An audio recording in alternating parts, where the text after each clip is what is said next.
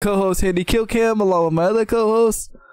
OG Crunk Stuff. And today is episode 130 of the OG podcast. 130. 130. Nice. Yeah. Round number. Yeah, it's a good hot time of the day. It's been stupid hot lately. Stupid hot. I took my daughter to back to school shopping. It was literally 110 degrees outside. Lovely. That was too hot. Considering, we had to get into the hot car at first. So, if it's already 110 outside, it's probably 120 in the car. So it was stupid hot. I did not enjoy that this weekend. Well, I mean, once the air conditioner was on, it was cool, but other than that, I did not enjoy the hot weather. But for those that don't know, we did take a week off yesterday. OG had some IRL things going on, and we're back. And boy, are we back with a crazy episode this week. There's been a lot going on, bud. A lot. A whole lot, yeah. We really didn't need to search for content this week. It literally just fell in our lap. So, how are you doing, bud? How was your week? Well, how was your 2 weeks? Yeah, well... Uh-oh. Obviously had some IRL stuff. Right. So, woman was in the hospital for a while, but she's home now, so we're good. Also, been planning the move, so a lot going on there too.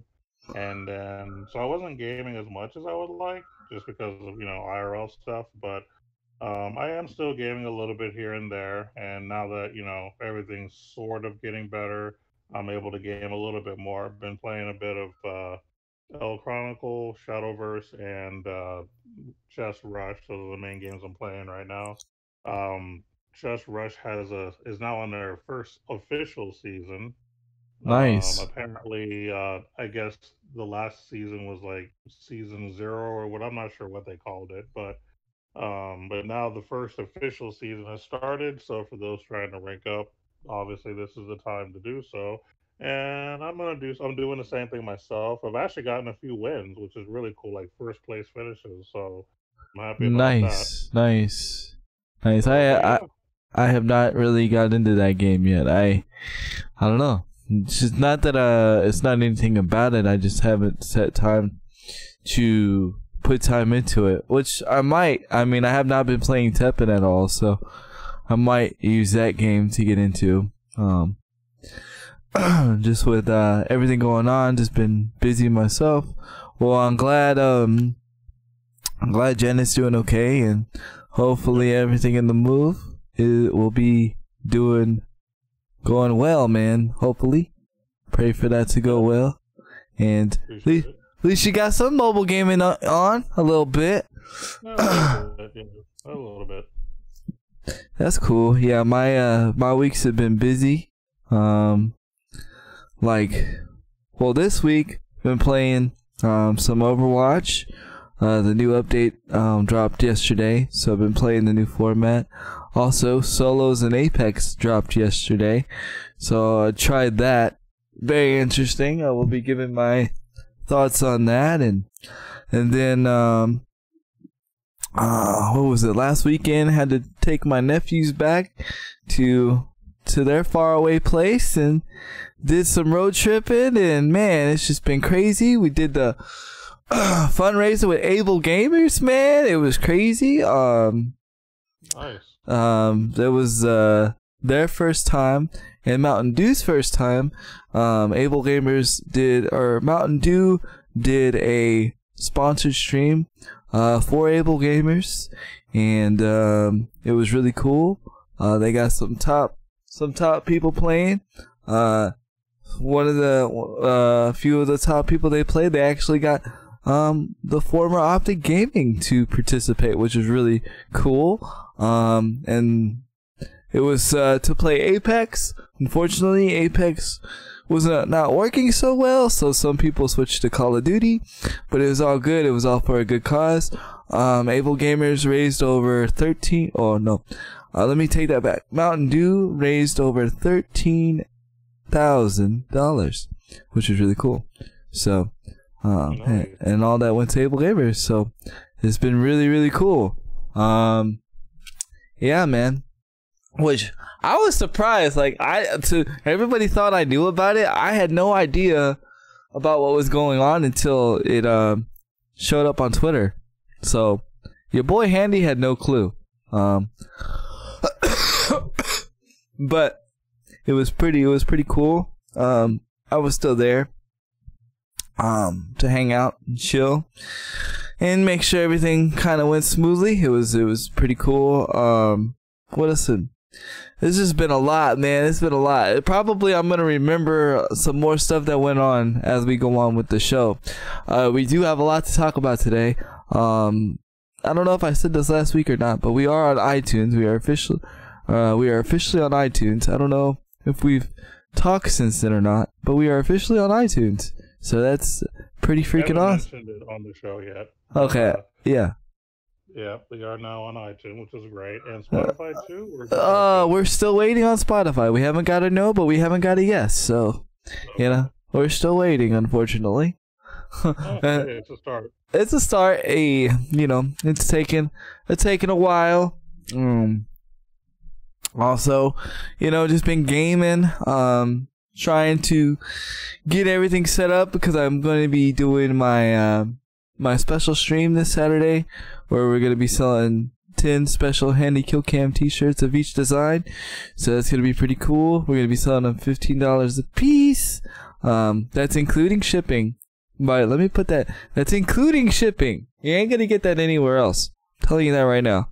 Any shirt you buy online right now, you are not going to buy flat out $15. So I encourage, if you're listening, and you're listening to this before Saturday, come, and if you want a Handy Kill Cam t-shirt, come get it. We also be selling the GFG t-shirts, which is God Family Gaming t-shirts also. But those are not a special 10. Those will be still selling after the special shirts. So if you're not able to get your hands on a special GFG t-shirt, don't worry about it. You'll still be able to get some after the stream or whatever. And then whatever shirts are left over, we'll open up to social media like Facebook, Twitter, and stuff like that. For people that maybe wanted a shirt and then wasn't able to make the stream. So yeah, just getting that ready and prepared, and man, just life and just dealing with IRL stuff myself. But other than that, man, I've been good. Been real good. Real good. So, where should we start first, I guess? It's not that we don't have any knowledge to drop. It's just, where do we start? That's a good question. Because, I mean, there's about probably at least 3, like, major things going on. Yes. Yes. I think what I'm going to do is I'll just kind of briefly talk about EVO that just happened. Yes. So EVO 2019 concluded about a week ago, if I'm not mistaken.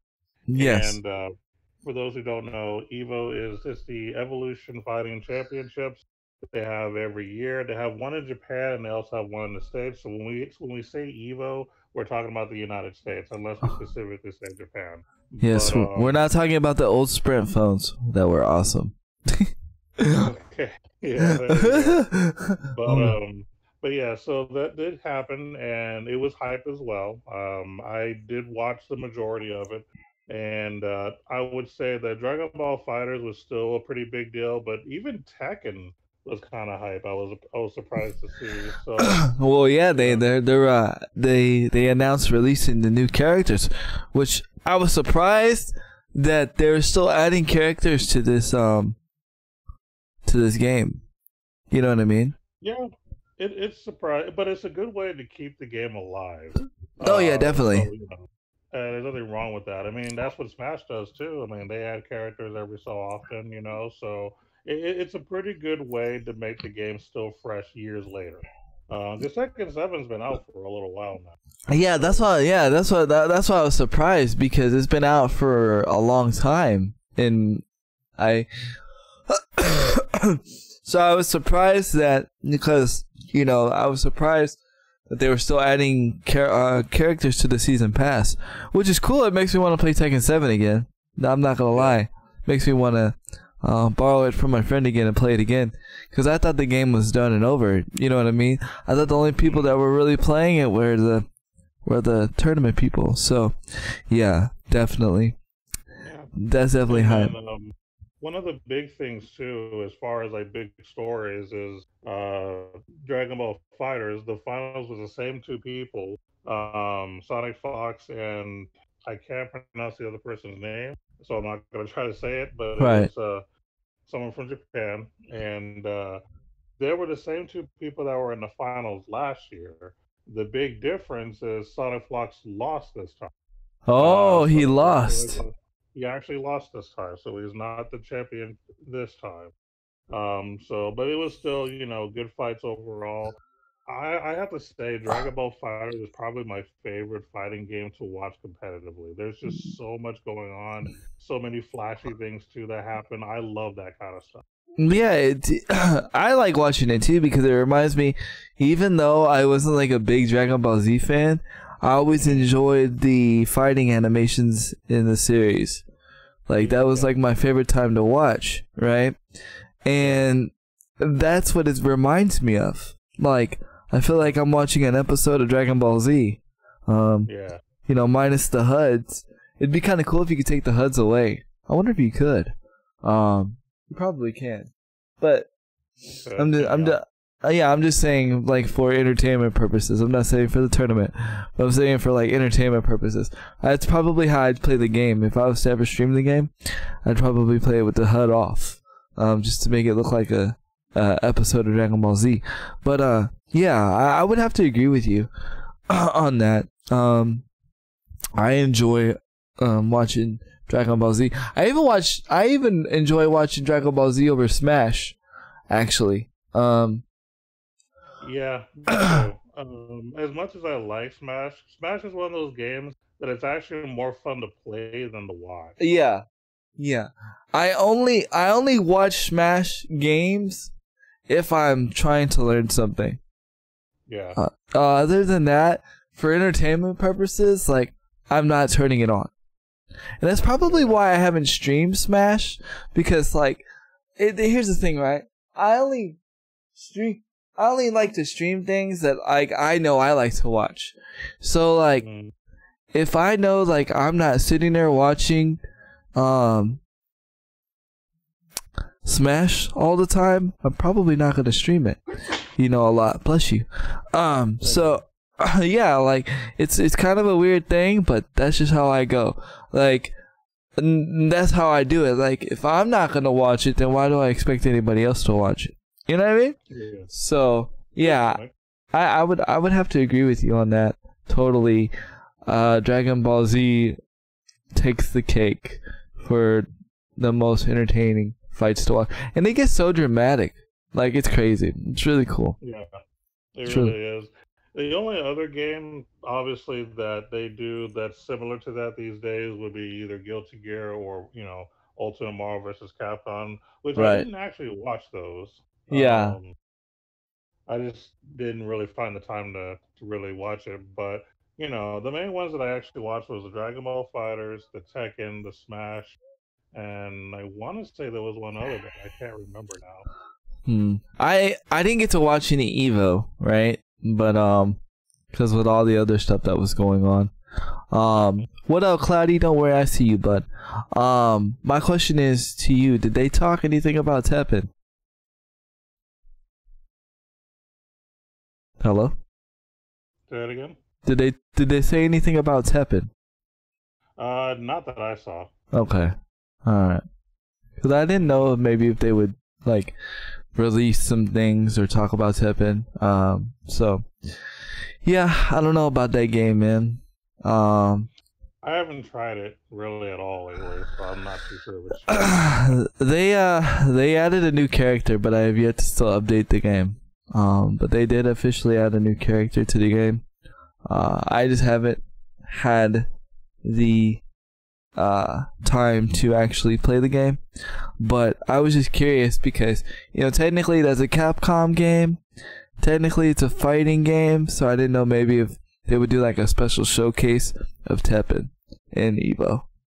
So. Okay. But I'm guessing not. I'm guessing not. So, I could have. Oh, you're breaking up. Okay. I didn't watch the entire show, so Okay. I don't know if they did it. I'm pretty sure if they did, I would have seen some kind of announcement. Probably. So. But yeah. That's crazy cool, man. Crazy cool. I'm actually surprised that Sonic Fox lost. Maybe he lost on purpose. Maybe he got tired of it. I don't know about that.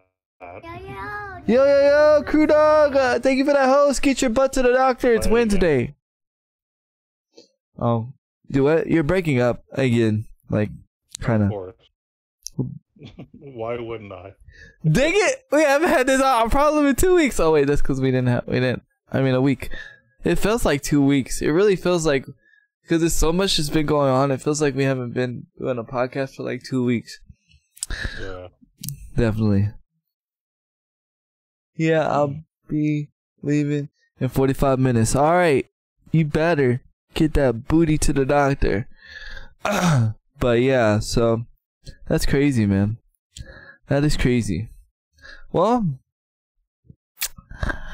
oh man, I'm just gonna go. I'm just gonna dive for it. I'm pretty sure you've seen this, but Ninja has officially left Twitch. Yep, to go to Mixer. Yep. Initial thoughts before I say anything. Well, I mean, I have, seen different outlets talk about it. It was obviously Mixer reaching out to Dr. Disrespect, or not Dr. Disrespect, was wrong guy. Ninja. Although Dr. Disrespect did make a comment stating that, yeah, if Mixer were to hit me up and pay me more money to be on their platform, I'd join them too. Well, so Dr. Disrespect did actually comment on it, but he hasn't actually jumped ship. No. But Ninja did get approached by Mixer, and yeah, he was like, yeah, I'll take the more money and go over there. Why not? Yeah, I mean, and in a more detailed statement too, he said it was better for his brand. Because he's trying to be more brand friendly, I guess. And, I don't know. I mean, I'm not here to judge his decision, right? Like, because, I mean, you got to do what you got to do, right? Only you know is best for your brand, right? You know what I mean? It's just crazy with all the other situations that so-called Twitch is either allowed or happened, with the sabotage of his channel. I don't know if you've seen reports of that. What Twitch is. I don't remember. Okay, so basically what recently just happened and quote unquote Twitch fixed. Okay, basically instead of like leaving his channel like anybody else's that goes and streams on another platform, they were allowing other streamers to be recommended on the channel, right? And one of the streamers that got recommended on the channel because they were in the category, it wasn't Twitch actually recommending it. It was the algorithm, because it was under the category. They were actually showing pornographic material. So, and that was like number 1 in the recommendation on Ninja's page. And the crazy thing is one of the officials over at Twitch, when this first dropped, instead of saying, oh my god, we're sorry about this, blah blah blah, at first, they said RIP Ninja. So it was like, if you look at it from a different mindset, if you look at it from a certain mindset, it's like they tried to destroy his image because he went over to Mixer. You see what I'm saying? So a lot of people are outraged, and there's this big old movement, you know, move to Twitch, whatever, move from Twitch to Mixer or whatever. Yeah, so it's a big situation. Of course, Twitch has officially fixed the situation, and they've said their PR response, you know, we're sorry this has happened, blah blah blah. This has been taken care of. This is the recommendation thing has been terminated for now, and the other person has been banned, so forth and so forth, blah blah blah. This is not the kind of material that we want on Twitch, and you know, I don't know, man. It's just it's a crazy situation. Everybody's like, well, what are you gonna do? And I'm like, I'm gonna stay until further notice, because for one, I'm too invested in Twitch, you know, with Able Gamers and all that, and Team Rock Squad. And two, the problem is, if everybody moves over to Mixer right now, you're gonna have the same problem that you had over at Twitch on the Mixer. You know, as cool as it is, not one big streamer is gonna change a platform. Yes, it creates a buzz. Yes, it makes it hype. It makes Mixer a more validated platform. It makes Mixer a solid second option. You know, because back then, when you wanted to join Mixer, like when I was thinking about joining Mixer back when, which was not really that long ago, everybody was like, man, nah, Mixer's lame. Mixer's lame. And now everybody, because Ninja joined, oh, wow, Mixer might be the better option. And I was like, but wasn't I on the podcast explaining all these quote unquote better options? But now because it's Ninja, now because it's all of a sudden Ninja's over there, it seems like a better option. You have to understand that from that perspective, the only reason why Mixer's a good move for Ninja is because of the hard work he put in on Twitch. If Ninja didn't put in the hard work, it would have been a rough situation, just like anybody else. Anybody else move over to Mixer, you're not gonna get that kind of 2 free months sub love, none of that. You know what I mean? You're gonna have to put in the hard work. There's no way in streaming can you avoid doing any hard work. You have to put in the work. You don't put in the work, you're not going to see the results. And that's any platform. I would have to say the most hardest platform to put in the work, in my opinion, and OG can disagree with me if he wants to, is YouTube. You know, so yeah, I don't know. It's crazy. It's crazy, the fluctuation. Although I'm glad because, you know, it just moves some people over, for now, and you can, you know, enjoy your space. I don't know, your thoughts on everything? Well, I mean, as far as, you know, comparing, you know, the different brands, as far as, you know, Twitch, Mixer, and all that, they are all good brands that do their respective things. Now, right. I think that Mixer and Twitch are more competitors than YouTube in any of them, because for YouTube, it's mainly for just posting video. You can obviously live stream, but that wasn't really ever their intention, and I still wouldn't recommend it for live streaming. I would just more recommend it for just making videos. But you know, Mixer and Twitch are both good platforms that deserve attention. Right. I think with Ninja moving over, it now balances the two. They both now have an even playing field. Right, right. I agree with that. I have a confession though. I'm gonna say this. When I found out that they accidentally allowed pornography on his stream, or on his channel on Twitch, like I had to have a good talk with God, because remember what I said on a couple of podcasts back. I said if they ever allow pornography on Twitch, I'm gone. Remember that? You remember when I said that? So I was like, oh crap, I was like, am I leaving? And then I had to think about it. It wasn't Twitch saying, yes, let's put pornography on the channel. It was somebody that used the algorithm to their advantage, and Twitch didn't catch it. So, you know, there's a difference. There's a difference between saying, yes, we allow pornography on our channel or on our platform, it's okay, than it accidentally coming about. So, yeah, like literally, like that, like literally that day when that happened, I was literally talking with God. I was like, okay, God, what's our next move? Cause yeah, I said this and this has happened. So, but I had to come to Jesus moment about that situation. We still here, but you know, I totally agree with you 100%. It levels the playing field, and now it validates a Mixer streamer in a sense.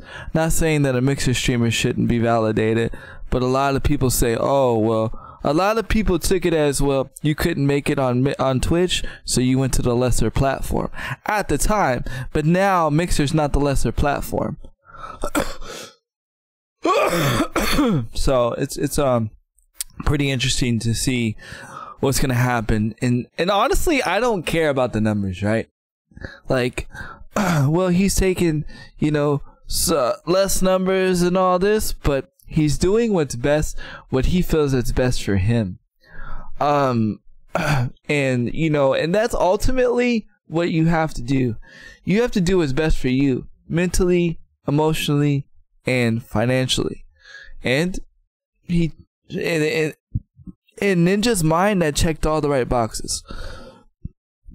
That was his best move emotionally, physically, and financially. Obviously, financially. We don't really know the numbers, but I guarantee you it's not some small number in the ballpark. It's not $1 million. It's not $2 million. I guarantee you it's more. But because of the worth that he is, the influence that he is, and everything that he brought over, you got to remember, he brought over Red Bull to Mixer. He brought over NX, what is it? Blah, blah, blah. This computer company, NXTZ, whatever. And then what's the other one he's with? He's brought another sponsorship over. So like all that, like even though like that doesn't do anything for Mixer, it brings more exposure to those brands, and now possibly those brands will want to be looking into other Mixer streamers. So you never know. Here's my hypothesis, right? I think eventually an org is going to sign somebody either from Mixer, or an org is going to start streaming on Mixer. I would say give it about a year or two. Not nothing soon. Not nothing right away. I say in about a year or two, we're going to see like a gaming org make a big announcement talking about we're either going to sign this such and such streamer from Mixer, or we are going to start streaming on Mixer. That's gonna be crazy. Cause right now there's really no other like well-known Mixer streamers right now. There's only Ninja as far as I know. Other than that, there's no other well-known streamers. Now that doesn't mean there isn't big streamers on Mixer. But I'm saying well-known out of like that are well-known in both spaces, like on Twitch and Mixer. There's the only one that's like that is Ninja at the moment. So I don't know, man. It's been a pretty interesting space. I'm actually excited because now streaming has turned into the WCW versus WWE, which was back then the WWF. Now Twitch has got to step up. You see what I'm saying? Basically, what just happened is Hulk Hogan went to WCW right now. What just happened is all, you know, one of the top WWE superstars just went to WCW. right now. So now, you know, what is the WWE gonna do? And I know wrestling has nothing to do with Twitch or you know, it's just a good example. Right, it's a good analogy. Ninja World Order, exactly. Yo, don't make me come up with a T-shirt. I'll do it. I'll be like, yo, Ninja, can I use your logo for something? And then we'll make Ninja World Order T-shirts and make them the blue. Remember, who was that guy that had the BWL? It was the Blue World Order. BW. That was that too. It was during Shotgun Saturday Night. Look, that's how long I've been watching wrestling. That's how I know about wrestling. It was Houdini. I think his name was Houdini or something. He was like a little chubby dude. I can't remember his name. But yeah, the New World Order is basically, that's what it is, you know. And that's what's gonna happen. So I'm curious, or Ninja World Order. Yo, I'm just saying. So yeah, I mean, I'm curious to see what's gonna happen in the next 2 months. You know, or in the next couple of months. Like, what's Twitch gonna do? You know, is Twitch gonna start elevating? You know, is or wait, Ninja Weird. What? Oh, Ninja went over. Oh yeah, that's a good one actually. Ninja went over. Yo, and do the Mixer Blue. Yo, I'm gonna talk to my wife about it. You better not steal my idea, Crew Dog. No, I'm just kidding. That's your idea, but I'm gonna profit off of it. No, I'm just kidding. But you know, I'm actually gonna look into that.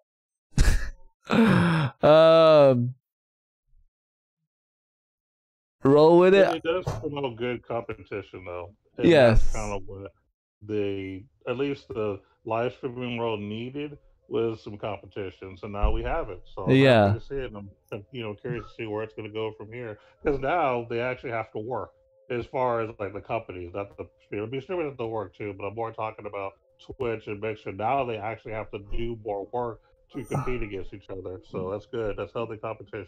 Yeah, definitely. Poor YouTube's like standing there like, what do we do? Well, YouTube really doesn't need to do anything, because personally, I don't see YouTube as really a streaming platform. I see it as a platform for those who just want to do video editing and post video. You can stream, but I just don't think it's necessary. It's gonna change with Stadia, though. It's gonna change. We may not like Stadia. Us hardcore gamers may not like Stadia, right? But there's gonna be some person that could not afford a certain system, and they're gonna get Stadia, and they're gonna start streaming.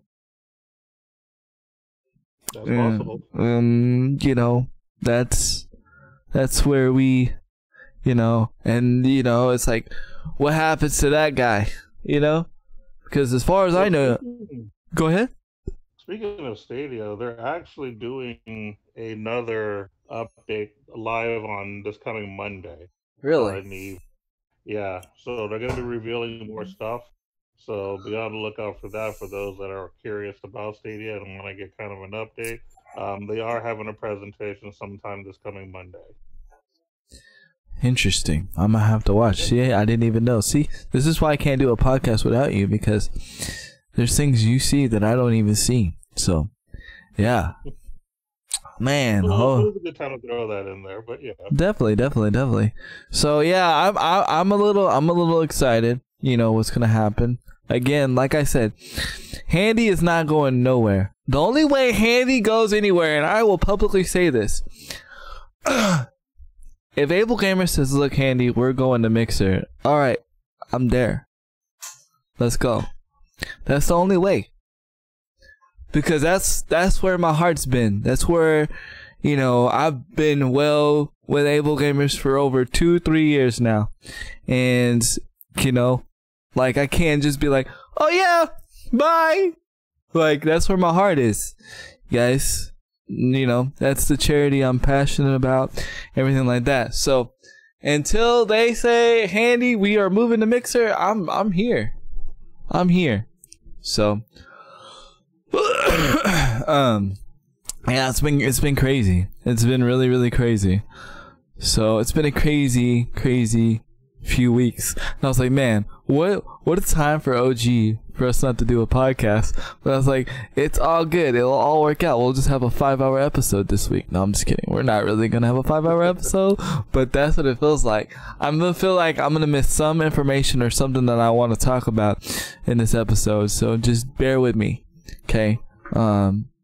Yeah. Anything that we don't catch this episode, we'll probably catch next episode, so that's fine. Yeah, and yeah, hopefully OG will be in his spot with a better internet connection when we're not cutting in and out. Hopefully, I'm praying. The idea is to be gone in about 2 weeks. So next Nice. week, I'll still be here. It's the following week when I would like to be gone. Okay. Yeah, all right. Well, we'll keep that in prayer, man. Definitely. What knowledge do you have, sir? I know you just dropped a little tidbit there, but I know you got some more in your bag of tricks over there. What you got? Well, this is going to be more on the lighter news because I mean I don't want to hit too heavy too early. But this is kind of sad news. But I'm only bringing it up because this is a mobile game that you're somewhat familiar with. But unfortunately, I found out that there's a certain mobile game that's going to no longer be around soon. So this is a game from Square Enix. This is basically Star Ocean Mobile, the Animesius or Animnesis. Yeah, something like that. I still have it on my phone. Yeah. So just to give you more specifics, Star Ocean will turn off servers officially on November the 5th. Why? Unfortunately, it's not making enough money. They don't specifically say why, but the understanding is they're just not doing as well as they'd like, it seems. Oh, this is the sucky part, right? Like, just because the game does not sell well in microtransactions doesn't mean the game actually sucks. Yeah. It's a decent game, believe it or not. It's a decent game. It's just some games don't need microtransactions. Jesus. I don't know. It sucks that they judge a game off of, well, it's not making them good microtransaction money, gotta get rid of it because that's the only way we're gonna pay for our servers. We're a multi-million-dollar company, but we're not gonna pay the out of our pocket to pay for the servers because we know it's a good game. We want it to pay for itself, and if it doesn't pay for itself, then we're gonna terminate the game. That's pretty. Now, to put it in perspective, they didn't specifically say that. I know, but I'm just assuming right. That it's probably not doing well financially. Yeah, I'm pretty sure it's not. But you know, while that's not doing well financially either is Dr. Mario. There was a report that Dr. Mario is falling behind its other Nintendo mobile games, but that will still stay around. So yeah, as a matter of fact, they did actually report that the numbers that Dr. Mario made initially were not nearly as high as the majority of their other games. I think we went over that a few weeks ago as well. I gave specific numbers on that. Yeah. I mean, it's making money, but it's not the same kind of money as, say, Pyro. All right. I mean, that makes sense. To me, if it ain't making money and wait. Okay, hold on. If it makes me blah blah blah. To me, if the intent was to make money and yeah, I mean, I guess so. But like sometimes, like games are just good just because they're good games. They don't really have to make money. I mean, you know, that's what ruined Battlefront 2. Battlefront 2 is actually a good game. But what ruined it was the whole money fiasco and the whole pay to win fiasco. You know, it just sucks. Yeah. I mean, if I were to make a mobile game, and this is just me doing like an RPG because that's probably what Mm-hmm. I would make. Right. Um, the way that I would do microtransactions would be if you want to have, let's say, a monthly thing where you can get more items or whatever. That's how I would do it. So it wouldn't be something where I could constantly keep paying money to get, a bunch of crazy buffs in the beginning and outdo everybody early. I would Right. just say, hey, 9.99, you get a little more than everybody else automatically, and that's it. I Right. wouldn't really do anything else. I mean, unless it's cosmetic. Like, somebody wants to like get new skins for certain characters and sure, 99 cents for, the latest skin. But even with that, what a lot of games do nowadays in the mobile scene for RPGs is you have the option of buying, or you could just earn them by, doing special missions. So, for example, let's say a new costume comes out for a certain character, Right. you could either grind it out to use the resources in the game to get the costume, or if it's too late to get it, and let's say it's only out for a month or two, you can then pay 99 cents later on to get that costume again. Right. Like, I would Right. probably do something like that. That makes more sense though, because I mean that makes you either grinded it or if you miss the event or whatever, pay $2. Yeah, Get it. You know what I mean? yeah, That way it's still making the money after the event. You know. yeah. Uh. And with these skins, I don't think there should be a bonus because there are certain games, for example, Seven Nights. I'll bring them up because they did that, and it's actually a game that I really like. But with Seven Nights, if you bought certain costumes, your characters would get certain boosts. Right. You don't really need to do that. I think that if it's going to be something like a costume or skins or whatever, it should just be cosmetic only, and it should not give you any bonuses. It should just be literally cosmetic and nothing else. Right, because then that's when the person says, "Oh, it's pay to win." Meh. Yeah, I mean, even with the whole 9.99 for a month for like a subscription service or whatever, people are still going to consider that pay to win, even though it's really not. But you can't please everybody. But at Mm, least yeah. with the idea that I have, it prevents people from constantly dumping thousands of dollars just to be number one. You have Right. to do it slowly. So when is this mobile game coming out? Well, definitely probably way in the future. Yeah. Okay. Year 2013. Here we come. I'm just kidding. I don't know. But yeah, like totally. Like, I mean, I'm not upset about it. I'm just like upset that like that's like I don't other see a reason why to cancel the game unless nobody's playing it. Maybe then that's another reason why. Well, I mean, there are people playing it. That's the thing. Like Star Ocean does have an actual following. I'm not going to say there's millions of players. They probably have a few hundred active players. Would be my, um, that would be what I would assume is playing. Probably a good like 200-300 players, but maybe that's Yeah. not enough for them. I don't know. Yeah.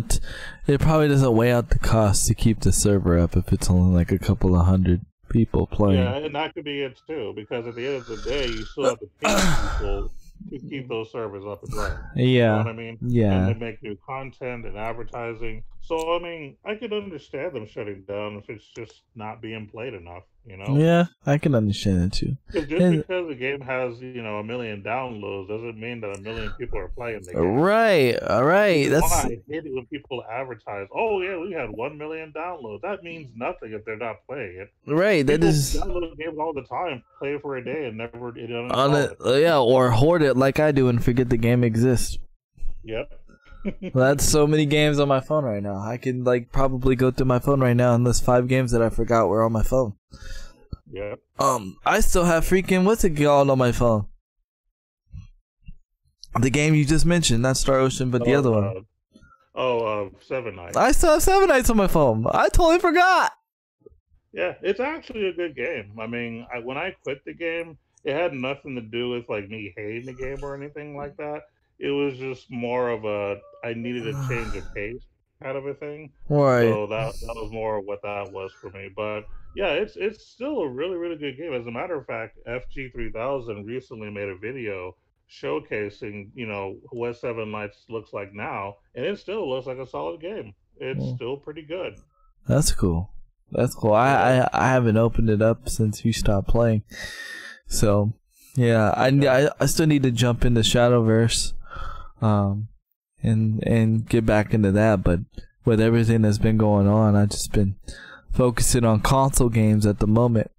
Really. I did try a new mobile game though. And I technically won my first solo game in a battle royale, but it was anticlimactic, so I didn't really make a video of it or anything. It's called Super Mech Champions. And I honestly feel like this is where Fortnite got their mech from, because it kind of reminds me of that.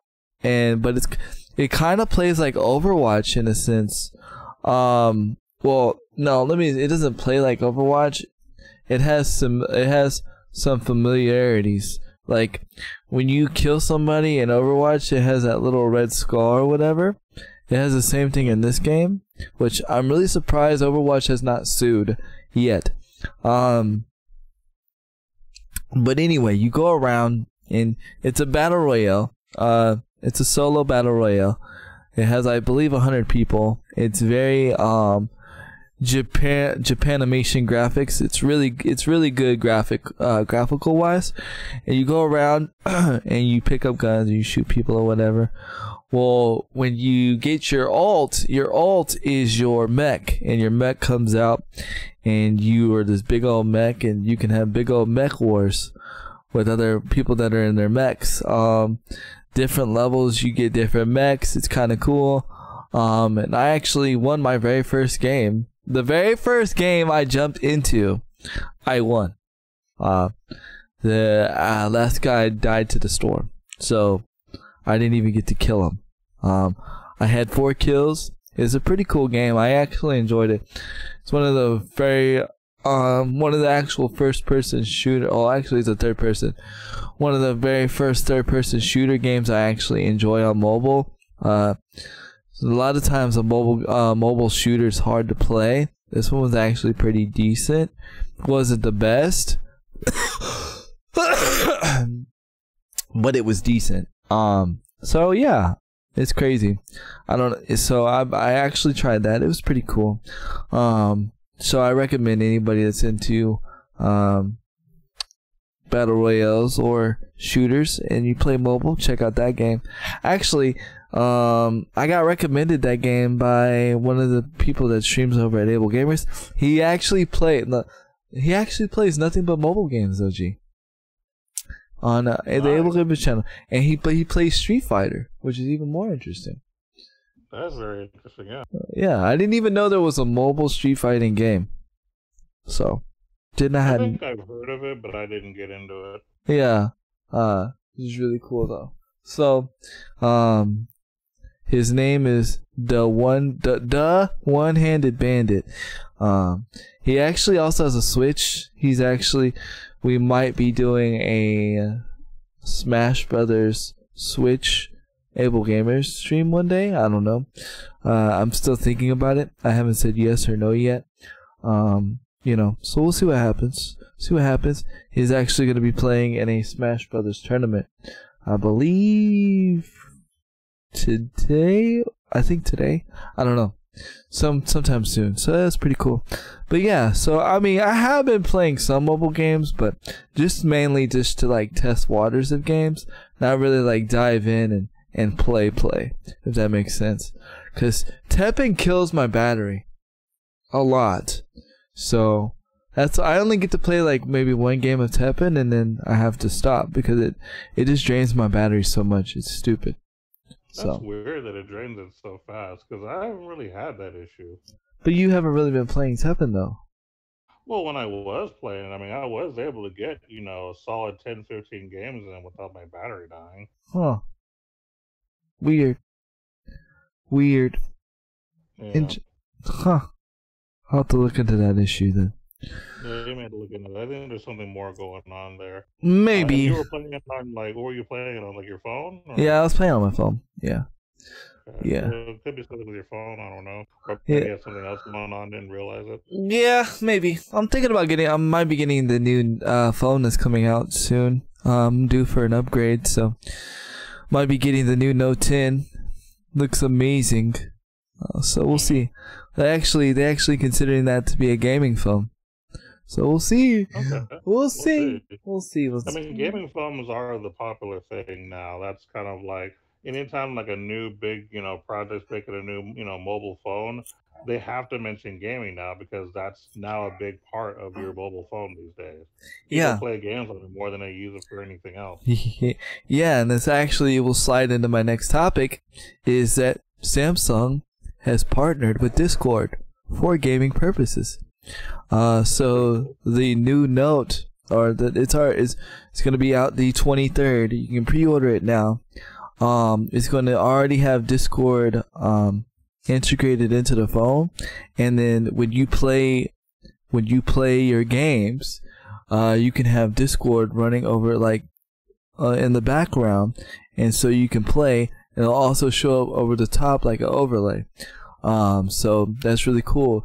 They're implementing Discord multiplayer with the Samsung like games and stuff like that. So when you're playing Fortnite or whatever game you're playing, you'll automatically be able to use Discord for communication, which is really cool. Also, Samsung is partnering with Microsoft, which is really cool. So yeah, like they're making big strides in the gaming space. Although this is a really good all around phone, I suggest if you're into phones and you're a tech guy like I am, go check it out. There's a big old thing about it. You can actually now pre-order the Note or the Samsung phone on your Xbox device, which is crazy, because they are partnered with Microsoft now. So it's really interesting to see what's going to happen. And they are doing all this other fancy stuff at the gaming too. It's going to like automatically adapt on how you play, per se. So it knows like how much energy to use to run said game or whatever the case. Like it's going to basically say like, what's your favorite game you play on mobile right now? Shadowverse, right? So we'll say Shadowverse. It's going to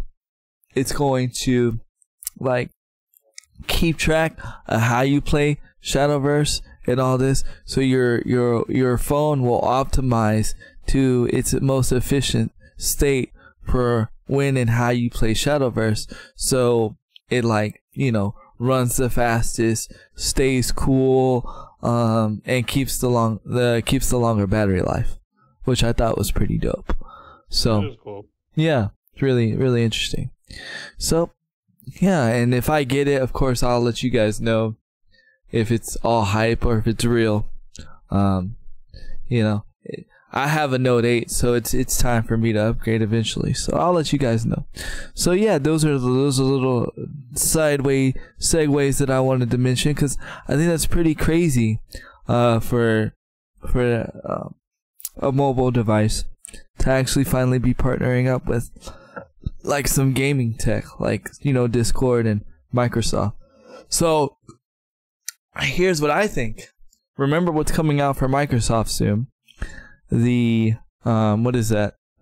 The gaming streaming thing that we were talking about, E3. Yeah.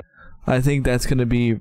I think you know how Stadia is exclusive to Pixel 3 right now, or the Pixel phone. I think launch on Xbox. It's gonna be exclusive to Samsung right away, and then I'll slowly open. Now this is just me being a hypothesis, giving a hypothesis. Because here's another thing that they also released in this thing. Samsung also decided to release a laptop now that they partnered with Microsoft. So now you can buy a laptop that's a Samsung. That's crazy. It's nuts. Yeah. So my brain went straight into the Xbox streaming service that's going to be being released along with Stadia and all that good stuff.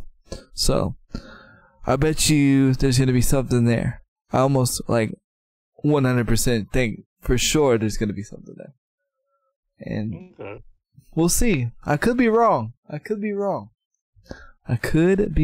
But we'll see. Anything's possible. Another speaking of releases, I guess. This is more just something that I'm more interested in because this is kind of an old school thing for me. But there is a new HD art collection coming to the Switch on the 16th. It's called Grandia. Oh yeah, I heard about this. Yes, this was a game that I initially played on the PlayStation 2, if I'm not mistaken. There's multiple Grandia. It's basically a series, right, of games that are RPGs. It's kind of like Final Fantasy, right? In a sense. Yeah, it's similar to that as far as it being an RPG, but it plays differently. Like it's more of it's what action RPG would have been at a beta stage, and I'll kind of explain what I'm saying.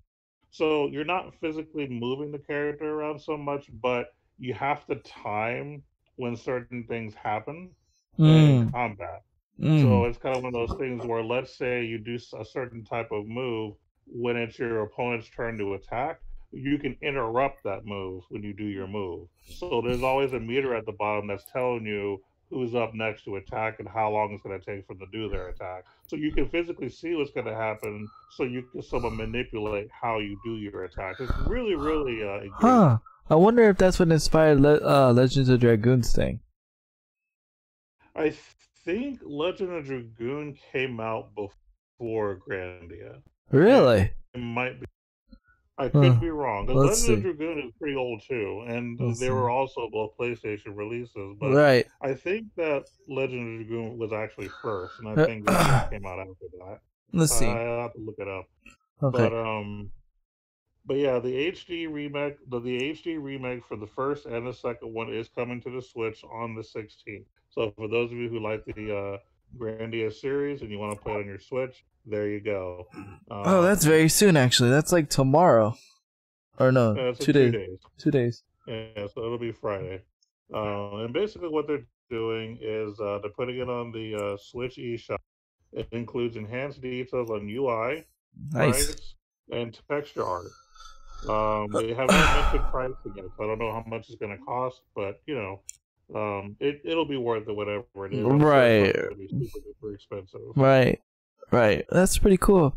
Well, yeah. I mean, that's cool. That actually goes into segue into my next thing. Nintendo's rumor that Nintendo's thinking about releasing Super Nintendo games on the eShop, or on the you know how you get the free games each month to play. Oh, for the subscription. Yeah, they are talking about releasing Super Nintendo games. Thank God. Yeah, because honestly, the Super Nintendo is where Nintendo, at least for me personally, really started being. Yeah, like so many great games came from the Super NES. So yeah, I like that. Yeah, like because I don't remember a lot of Nintendo games. Like, I remember the iconic Nintendo games, like the original, but the games that like I really dove into was Super Nintendo games. Like, those were the games. You know what I mean? For me, same. You know, you had Super Mario World. You had your favorite game that you showed me, Generation X. That's what it was, right? Generation. No, it was Revolution X. Oh, it was not my favorite game. Oh, I thought it was your favorite game. It was somebody's favorite game. No, not mine. I mean, I liked it. I thought it was cool, but it's not my favorite game. My favorite game on the Super Nintendo was The Legend of Zelda: A Link to the Past. Oh yeah. Is it? And that's getting a remake, isn't it? I don't think so. Oh, it could be getting a re-release, but not a remake. I thought there was a Zelda game that was getting remade and redone on the Switch. Oh, that's Link's Awakening. Oh, okay. For the Switch, yeah. That's all confusing, man. So many Link's Awakening, Link. Like, jeez, his name is Zelda 1, 2, 3, 4, 5. I'm good. I'm just kidding. It's hard to keep track, but yeah, definitely. So yeah, definitely. I have not played my Switch that much recently. It's unfortunate. I don't know. Smash is good, right? But there's just some things in Smash that like just it needs to be there that's not there. Okay, so the tournament thing, right? Remember, I believe last episode we were talking about how the tournament, like they were releasing like an online tournament thing, right? Mm-hmm. Well, here's the problem. It's randomized. So what's random though? Like it just puts random people in a tournament. Like you don't create the tournament, you just go to the tournament event, and it just like randomly generates like 100 people online. I mean, they're online, but yeah, and then that's it. And then the prize you get is for like the one player mode, like the little storyboard thing that like nobody plays. Because you can unlock all the characters without doing the storyboard.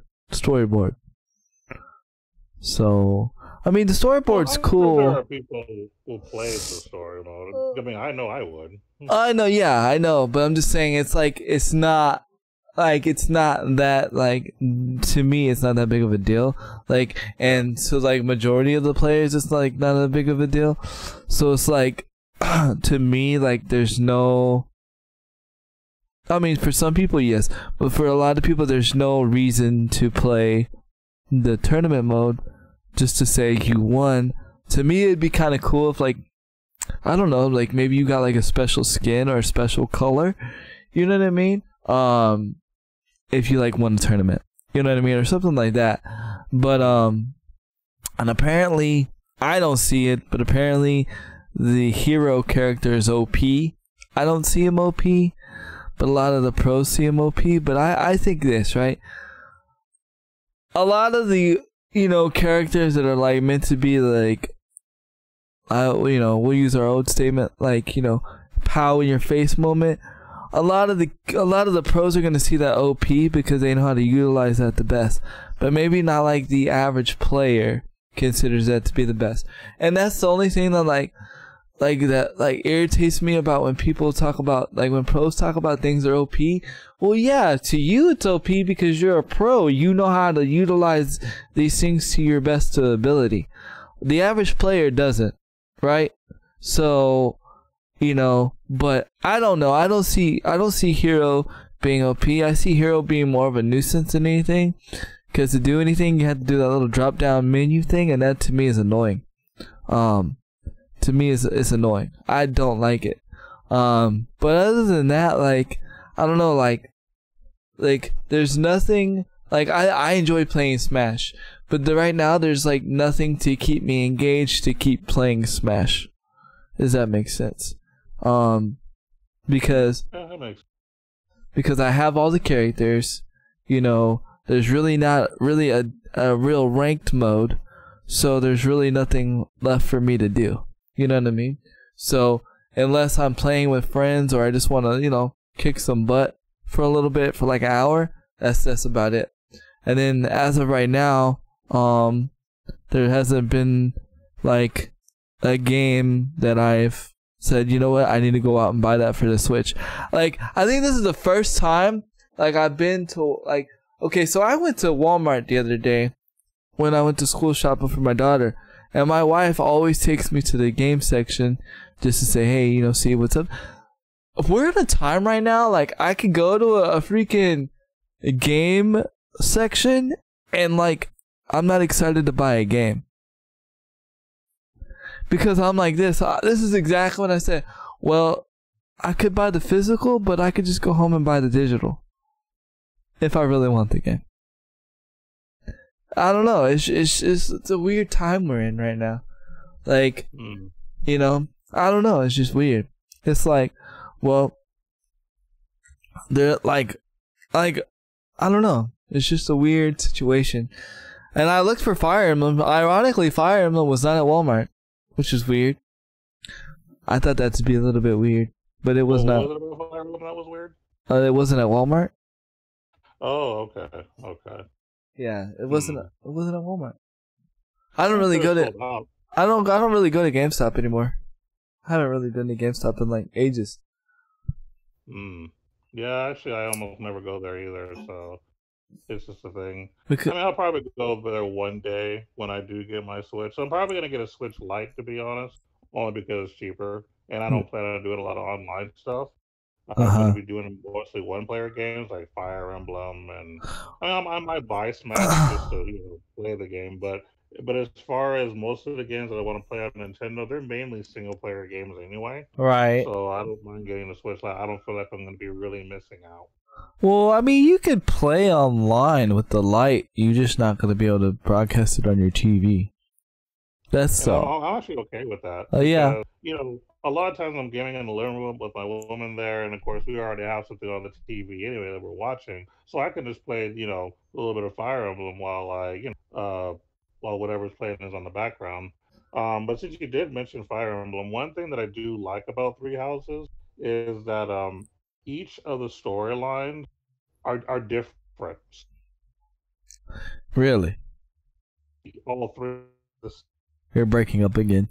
Talk louder so you don't break up. No, just kidding. I don't know. I don't know the secret. I don't know. Okay. I don't know the sauce. Yeah, I don't know either. But the story in the middle and stuff like that when you're playing each campaign, if because you have to choose what house you want to represent. Uh, So I've learned by watching some videos that depending on what you play, some of the cinematics are really different. But I think that's cool because it makes you replay the game over again. right. You actually have a reason to keep playing the game after you beat it. So Right. that's one good thing about Fire Emblem. If you're looking for a game that's going to give you some long, I think that's a Yeah. really good start for a one player. Yeah, the thing I've enjoyed about Fire Emblem because I've been watching streams of it. In fact, the pro Smash player that I watch, he's not playing Smash anymore. He's playing Fire Emblem. So I like that you have to develop like not like relations, but you have to develop some kind of chemistry and relationship with the characters before they become part of your party. And it's really cool. It can be a little tedious at times, but I think that's one of the coolest things about the game. If you're into that kind of thing, it adds. Yeah. And Fire Emblem's always been like that, to be honest, as far as having to establish relations.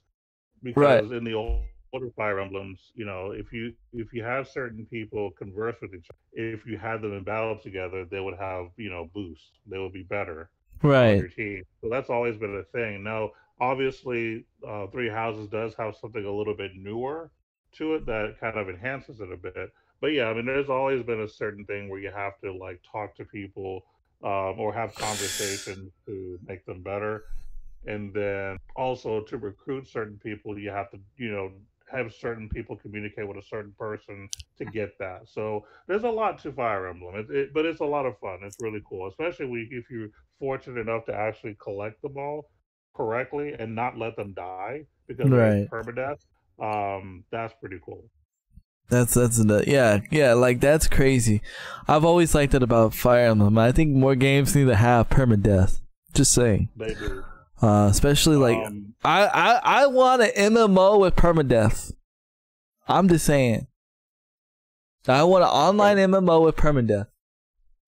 That might be crazy. Huh? Go ahead. I don't know how that would work though. People would be mad and angry because people put money into those games, but I mean, it would be awesome. It would. I don't know. I think I would kind of.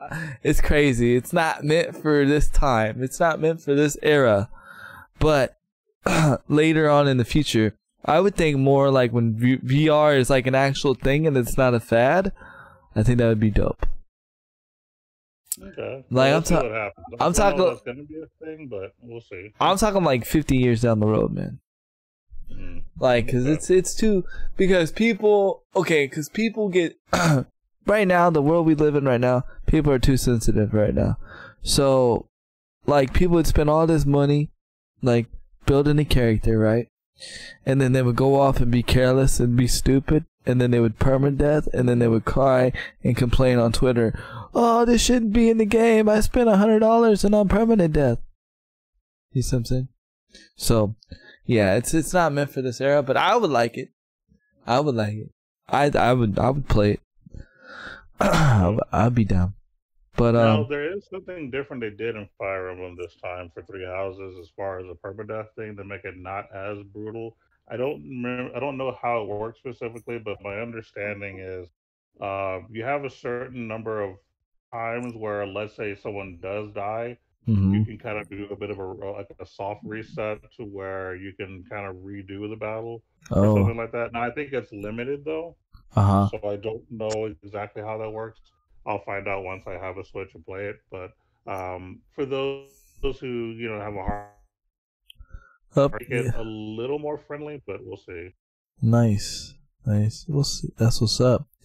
That's what's up. Yeah, I would actually look for Fire Emblem. Like that was actually, I was gonna buy Marvel. I was gonna buy the Marvel game, but then like I don't know, like there was like one thing that turned me off about it is like every time I saw like a hey, and I've only learned this by watching streams, right? This is the beautiful thing about watching streams and YouTube videos. Every time I saw like a major battle, the game would lag and like it would freeze and then it would start again. And I was like, yeah, no, I'm not spending $70 or $60 for a game to do that. As much as I'm into Marvel characters and, superheroes and stuff, like, I'm buying the experience, and the jitter or the lag would take me out of the immersion of the experience. And I think that's why, like, lag bothers me so much because I like to emerge. I like to feel. I like to get into the hype. I like to get excited, and like when a game lags or when it stutters or when it does something like that, it takes my mind off of the focus of playing the game, and I'm focusing on, well, is the game gonna work properly? What do I need to do? And then so I don't enjoy myself. So like once I saw that, I was like, yeah, no, I'm probably not gonna get that game. So I've been chilling on games. I have not bought any game in a while. Ironically, a lot of good games have been coming up with some good updates. I'm actually really surprised, and I'm like, wow, okay, this is gonna be awesome. So I've been actually enjoying updates, except for updates on my computer. I almost had to cancel the podcast this morning. Uh, Uh-oh. on your Not good. opinion, okay, hold on. On your opinion, do you think the wall will affect the economy, or do you think it will affect? Are you They're talking? talking about the immigration thing. Yeah, this is not the place for that.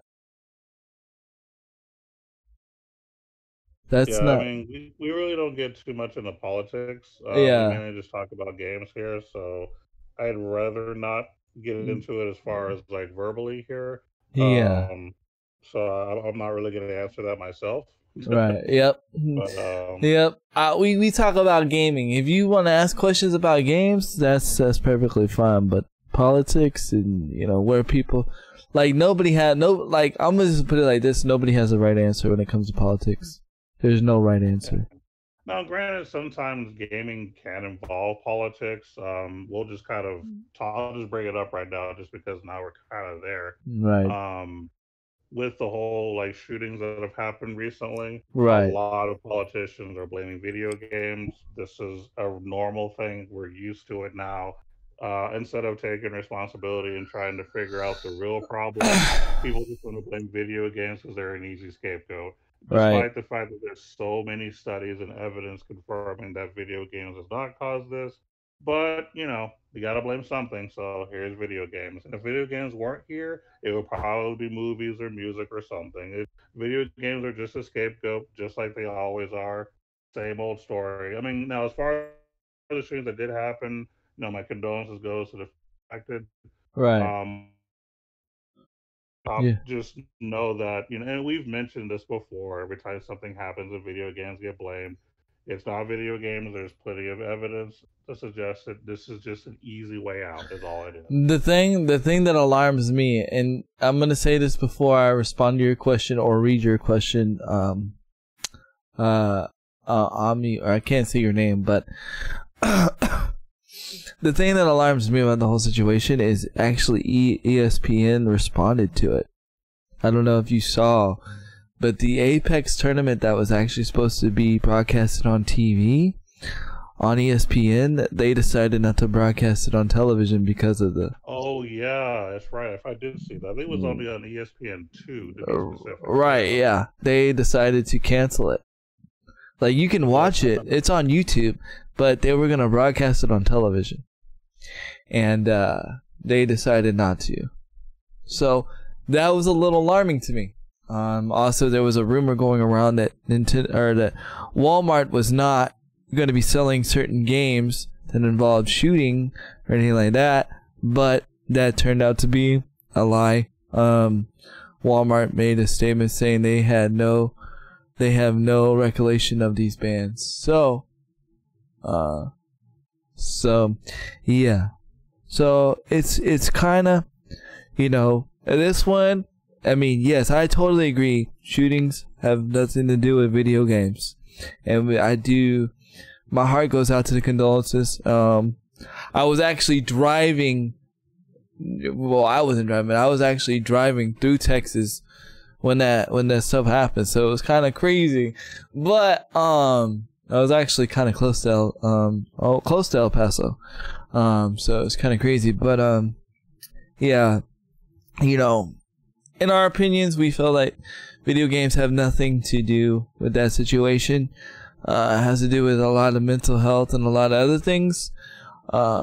Again, it's crazy, but what alarmed me though was that actually ESPN was taking note in the negative way, saying that we're not doing this and doing that, and I was like, whoa, ESPN, whoa. And so yeah, it was a little crazy. And then this guy said, "Oh, got you. What's your opinion on the repression towards EA's community with the mind-boggling prices for the loot packs and only a chance towards something you want?" Basically, the whole loot box situation. Yeah. How do we feel about it? Yeah. And I think this is something that we've talked about before in the past too. Yeah. Because microtransactions and loot box has been an actual topic on the show a lot in the past couple of years. Yeah.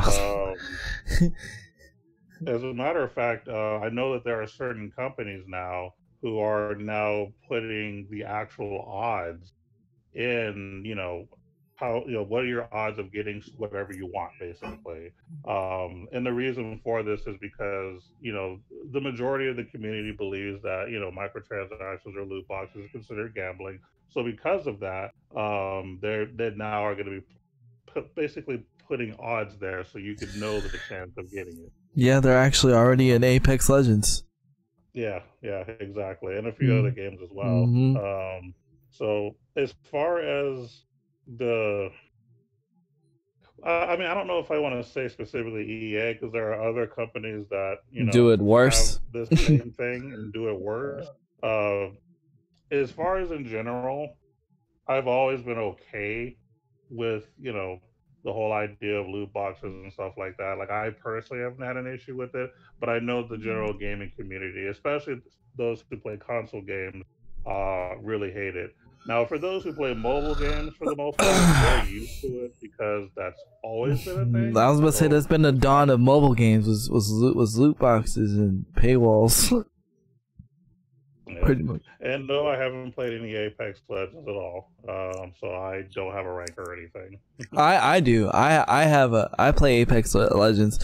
I'm a gold 4. I'm almost gold 3. I actually enjoy Apex Legends a lot. I've been playing Apex Legends solo starting yesterday, and since we're talking about Apex Legends, I can tell you this: Apex Legends solos is surprisingly fun. That's good. I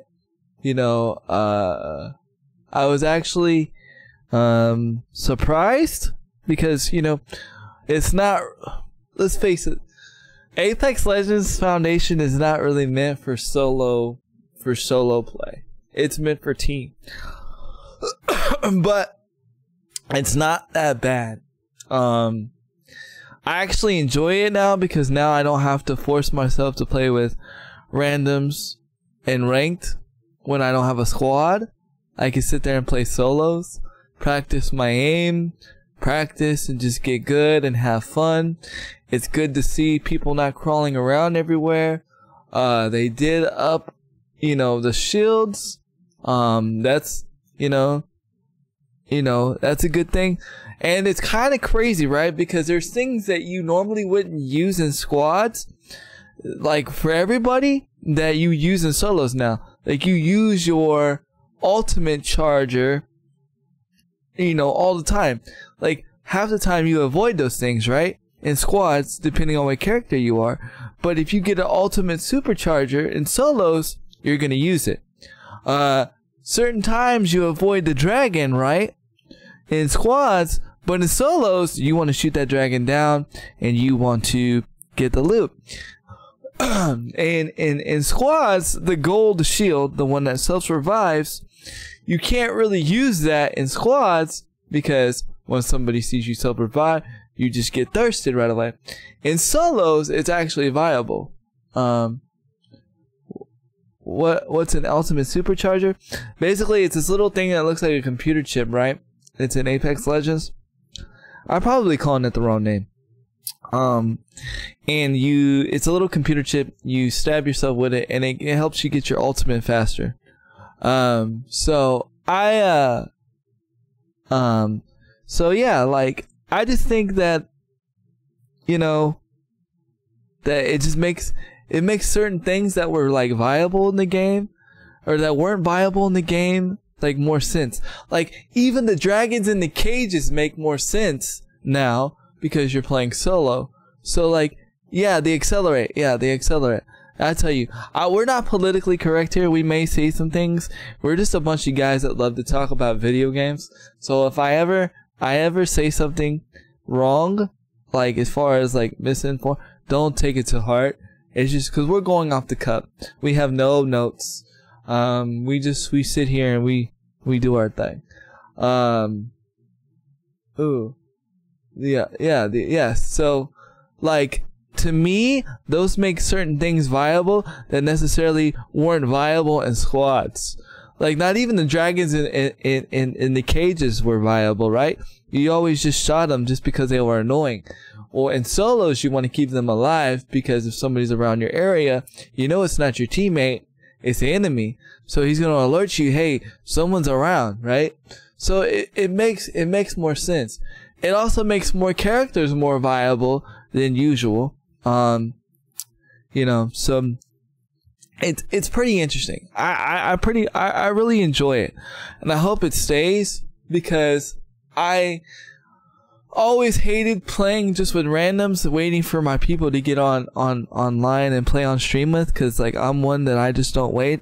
I just go ahead and play, and whatever happens. But at least this way I could play solos, be warmed up, be good, have fun, and just have a good old time. Another thing I enjoyed with the solo update is I didn't understand it at first, but it actually breaks down how much damage you do with one bullet, and it breaks down the whole gunfight.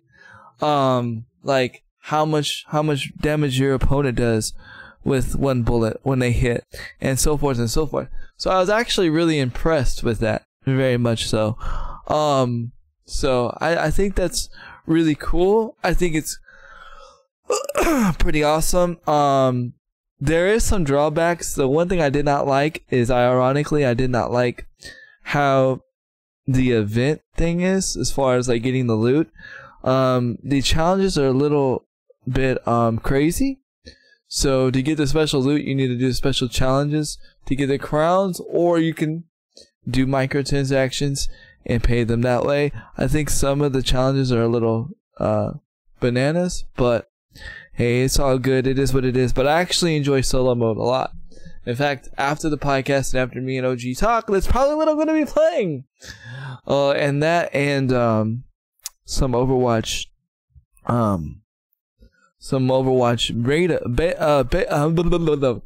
beta ranked, which that's something else that I'm gonna dive in a little bit later once OG drops some more knowledge for us. And again, if you're new here, make sure to hit the follow button. I stream here every day from 10 a.m. from 2 p.m. We do a podcast every Wednesday. Other than that, I do a lot of gameplay stuff. Also, make sure to sub to OG Crunks' YouTube. He does a lot of gaming himself. And if you are not able to check out the podcast live, we are on a lot of various podcast platforms. Just make sure to go check out the anchor link below in the panels. But anyway, what other knowledge do you have for us, OG?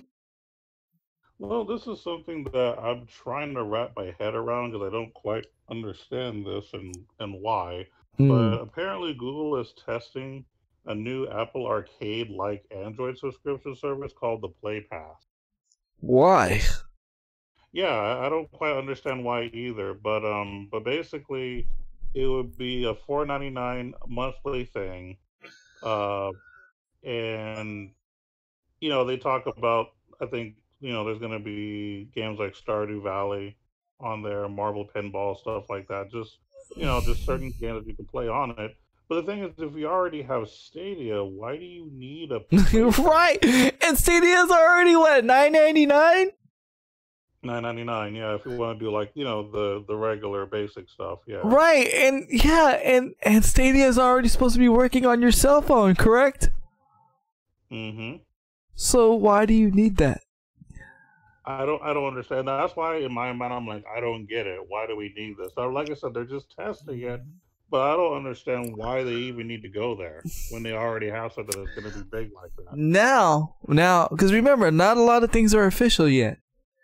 So what if they retract their statement and say officially that Stadia is not going to fully work on all cell phones and only work on the Google Pixel? Then that could be it. That would be the well. If you can't play Stadia, now you can try Google Play. But don't we? I was saying we already have Google Play. What you mean? I mean Play Pass. Yeah. But what if that's what the announcement is on Monday? We've decided that we're only going to have Google Stadia on Google devices.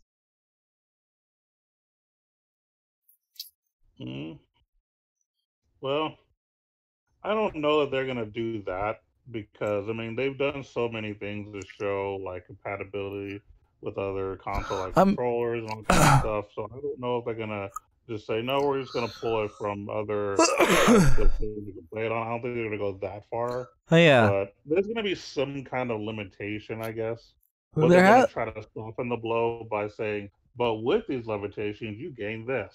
So they're going to be probably very subtle about it. They're going to do that. I'll say there has to be if they're testing this new thing because it absolutely makes no sense. Unless the Stadia or this app that you're speaking of that they're testing is a watered down version. And they're saying, well, if you can't afford the $9.99, get the $4.99 and get this. Yeah.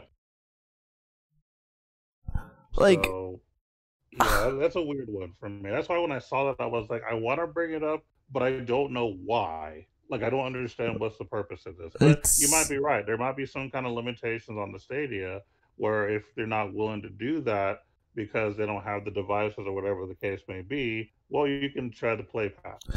And the only reason why I say that they might be retracting some things is because remember they first said that they were going to be like the Netflix of gaming, and then they got called out for it, and then they retract the statement of saying, no, we're not going to be like the Netflix of gaming.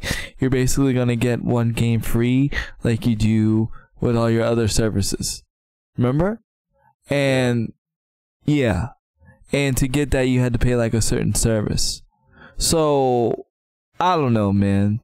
So, like, the fact that they already retract one statement just makes me think that they might retract another statement, because then they're like, oh, Google Stadia is gonna work on all devices, and then they were like, oh well, at launch it's only gonna work on Pixel phones, and I'm like, okay, like, so Android is out the window. So maybe this is the Android alternative? I don't know. That's weird. Yeah. Weird. Considering we have the Google Play Store already, that's free. Mm-hmm. What do we need that other thing for? Yeah, it doesn't really go into detail, at least in the article, in the source that I got it from. It doesn't really go into details as far as what the service really provides. So I don't really even know, what you can do with it. But I'm assuming it's something similar to Stadia, but just for Android kind of a thing. The only thing I could think of is maybe they're just trying to startle Apple and, scare Apple, and to get Apple to do something or make a mistake. That's the only thing I can think of. Because Apple's not really in a great place right now. At least in the mobile market, at least in the mobile phone market right now, especially with Samsung dropping what they're dropping. So like, yeah, I don't know.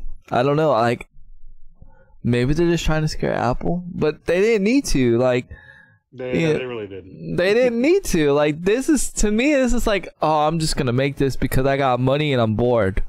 That's what this is like to me. Let's just try it. I'm bored. I need to throw $1 million at the screen. Look. Google, if you need to throw $1 million at the screen, you could just throw a quarter of it my way. If you're bored and you just want to throw money, look, I ain't gonna, you can't pay me to say anything, but I mean, if you're bored and you just want to throw money and see what happens, you could throw money my way and see what happens. I guarantee you I'll put it in the right places. But I mean, shoot, if you just want to throw money to make stuff up, just to make stuff up, because to me that like absolutely makes no sense. That just seems like they're bored. You know what I'm saying? So, I have no, that's like really, really crazy. That is nuts. Mm-hmm. I'm intrigued. I'm intrigued not because it sounds cool. I'm intrigued because of why. You know what I mean? Question, why? Why? That's gonna be the name of this episode. Why? And I'm gonna put why. I'm gonna just put a big old Y as the cover art. Done. Watch me do it too. Another thing I can talk about, I guess I can go into the Overwatch update. So for anybody that doesn't know, the Overwatch has officially changed their foundation of the game. It is now a 2-2-2 format, which means there will always be 2 healers, there will always be 2 DPSs, and there will always be 2 supports, and there'll always be 2 tanks at all times. You cannot have 4 DPSs anymore. You cannot have 4 tanks anymore. You cannot have 4 whatever. You can't have weird wonky compositions, which is a good thing, right? Because now it's not about, oh, do they have the right formation? It's about using the skill of that character.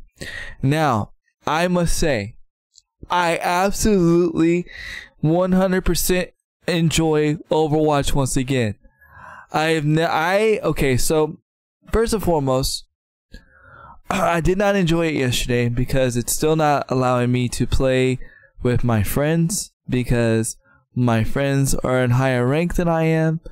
I thought with it being a beta rank or a beta season that it was going to like it wasn't going to matter what I was last season. So I thought me and Claudia were going to be able to play together. But we did get to play just regular casual, and regular casual format is the same way. It's a 2-2-2 setup. I actually enjoy it. Like the actual casual play was sweaty. It was sweaty. And normally when you go and you play casual Overwatch, it's really easy because nobody knows how to play Overwatch, right? Nobody understands the formation. Nobody understood that you needed 2-2-2-2, right? Everybody just did all DPSs or all tanks or whatever. Well, this makes it where like you're your best character in your role. So like Overwatch was great and fun. Now yesterday, I played it on last night. I won't say yesterday. Last night before I went to bed, I went and played it on my PlayStation, which took forever to download because of the copying. Shout outs to PlayStation. Thank you for your copy feature. Not really. And that was the first time that I actually felt like I contributed to my team. And I felt like that I held my own. It felt like I was doing something great, that I was doing something good, that I felt like the team needed me because we were playing as a team and we were doing what we were supposed to do and we were all communities and nobody was salty. Nobody was salty. It was amazing. It was like one of the most best experiences I ever had playing Overwatch. And I've been playing Overwatch for 3 years. Since the game dropped, I've been playing Overwatch. Okay? It's the best experience I've had in the experience of playing Overwatch.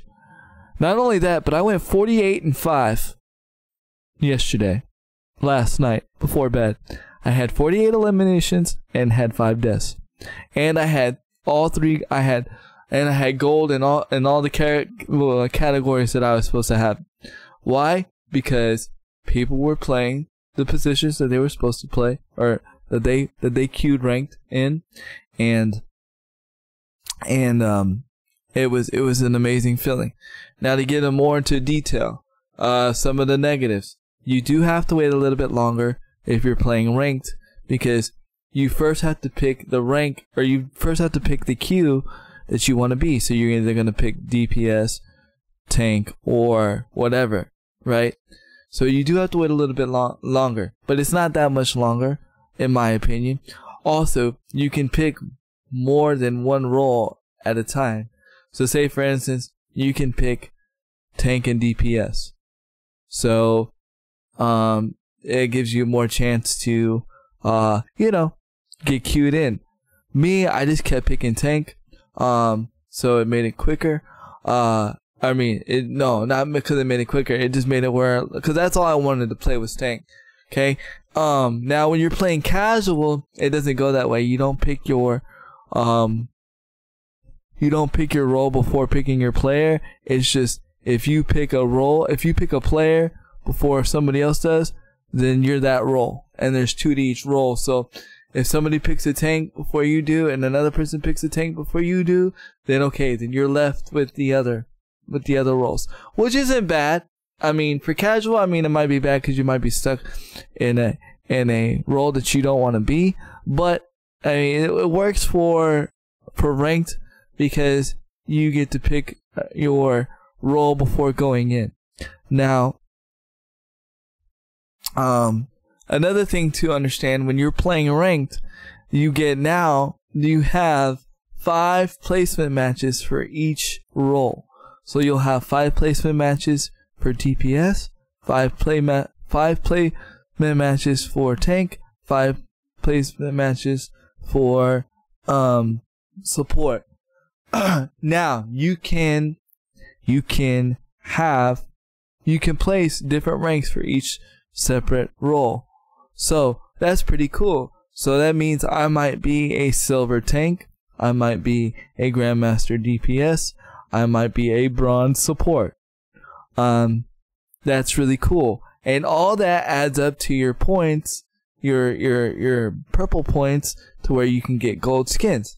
So I am absolutely enjoying this. Like, this is probably why I haven't bought any new games, because like, it's crazy the where we're at right now. Like, updates are actually bringing new life to games. If you have not played a game in a while because of there's certain things you don't like about a game, I guarantee you there's an update that's probably gonna make you enjoy the game. That's that's where we at right now. It's really crazy, but I am really enjoying Overwatch again. I actually can't wait to stream it tomorrow. That's right, I'm bringing Overwatch back tomorrow to Able Gamers, so I'm very much enjoying that. It's going to be awesome. Now, the beta only lasts for a week, so you want to make sure that you get into this beta. Once the beta is over, they will be fully securely launching the 2.2.2 meta, and the only way to play the old school Overwatch is the arcade. But I do recommend, if you were somebody that loved Overwatch and you just hate what it became as far as salty or people not playing the right roles or doing what they're supposed to do, go check it out. It's a lot of fun. I've actually enjoyed it a lot, and also give Apex Solos a try. Give it a try. I guarantee you'll have a lot more fun than you thought you would. We do have a bad update to talk about, but I will talk about that after these messages because I gotta go to the restroom. So I'm gonna go ahead and let OG take over, and then I will then I will be back. All right, be right back. Yes, enjoy. All right. Well, in somewhat entertainment news related to video games, and this is something I was surprised to see, but apparently Angry Bird film, the sequel, now sits as the highest rated video game movie ever, which I didn't even realize that there was a sequel. But yeah, apparently the Angry Birds movie 2 is the number one movie released on film, according to Rotten Tomatoes. And then basically they adapted it was 82% approval rating from 28 reviews, which see it top the list for video game films. Um, However, the flick's audience scores have come in lower at 66%. So critics, basically, people who get paid to give their opinions, they're the ones that are giving this particular video game movie more of a high praise. But your general audience is like, okay, it's cool, but I wouldn't necessarily put it up that far. Now, personally, I have not seen this movie or this film, so I don't know if I like it or not. But it is pretty cool that video game movies this year are actually becoming a big thing. They're actually good these days. For those who have watched video game movies in the 80s and 90s, know that video game movies have a bad reputation. So, that's kind of a thing.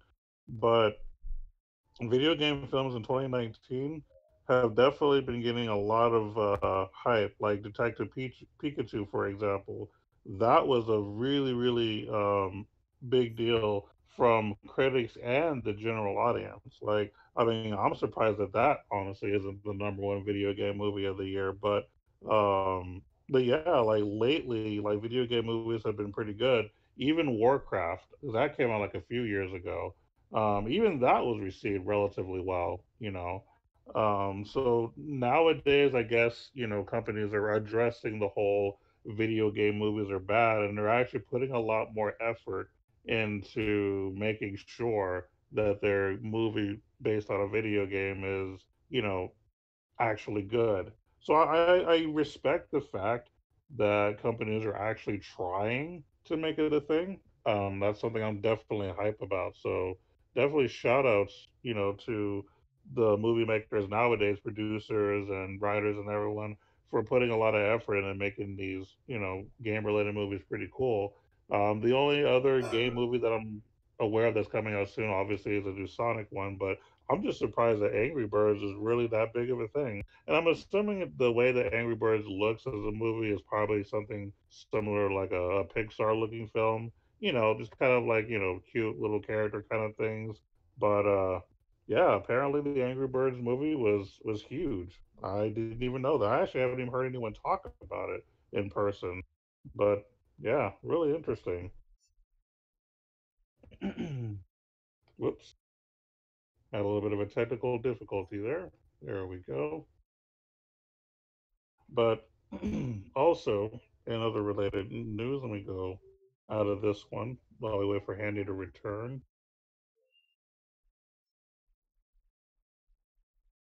something that Handy was talking about earlier related to Walmart. Basically, Walmart was ordering their staff to remove signs for violent video games following the shootings that happened recently.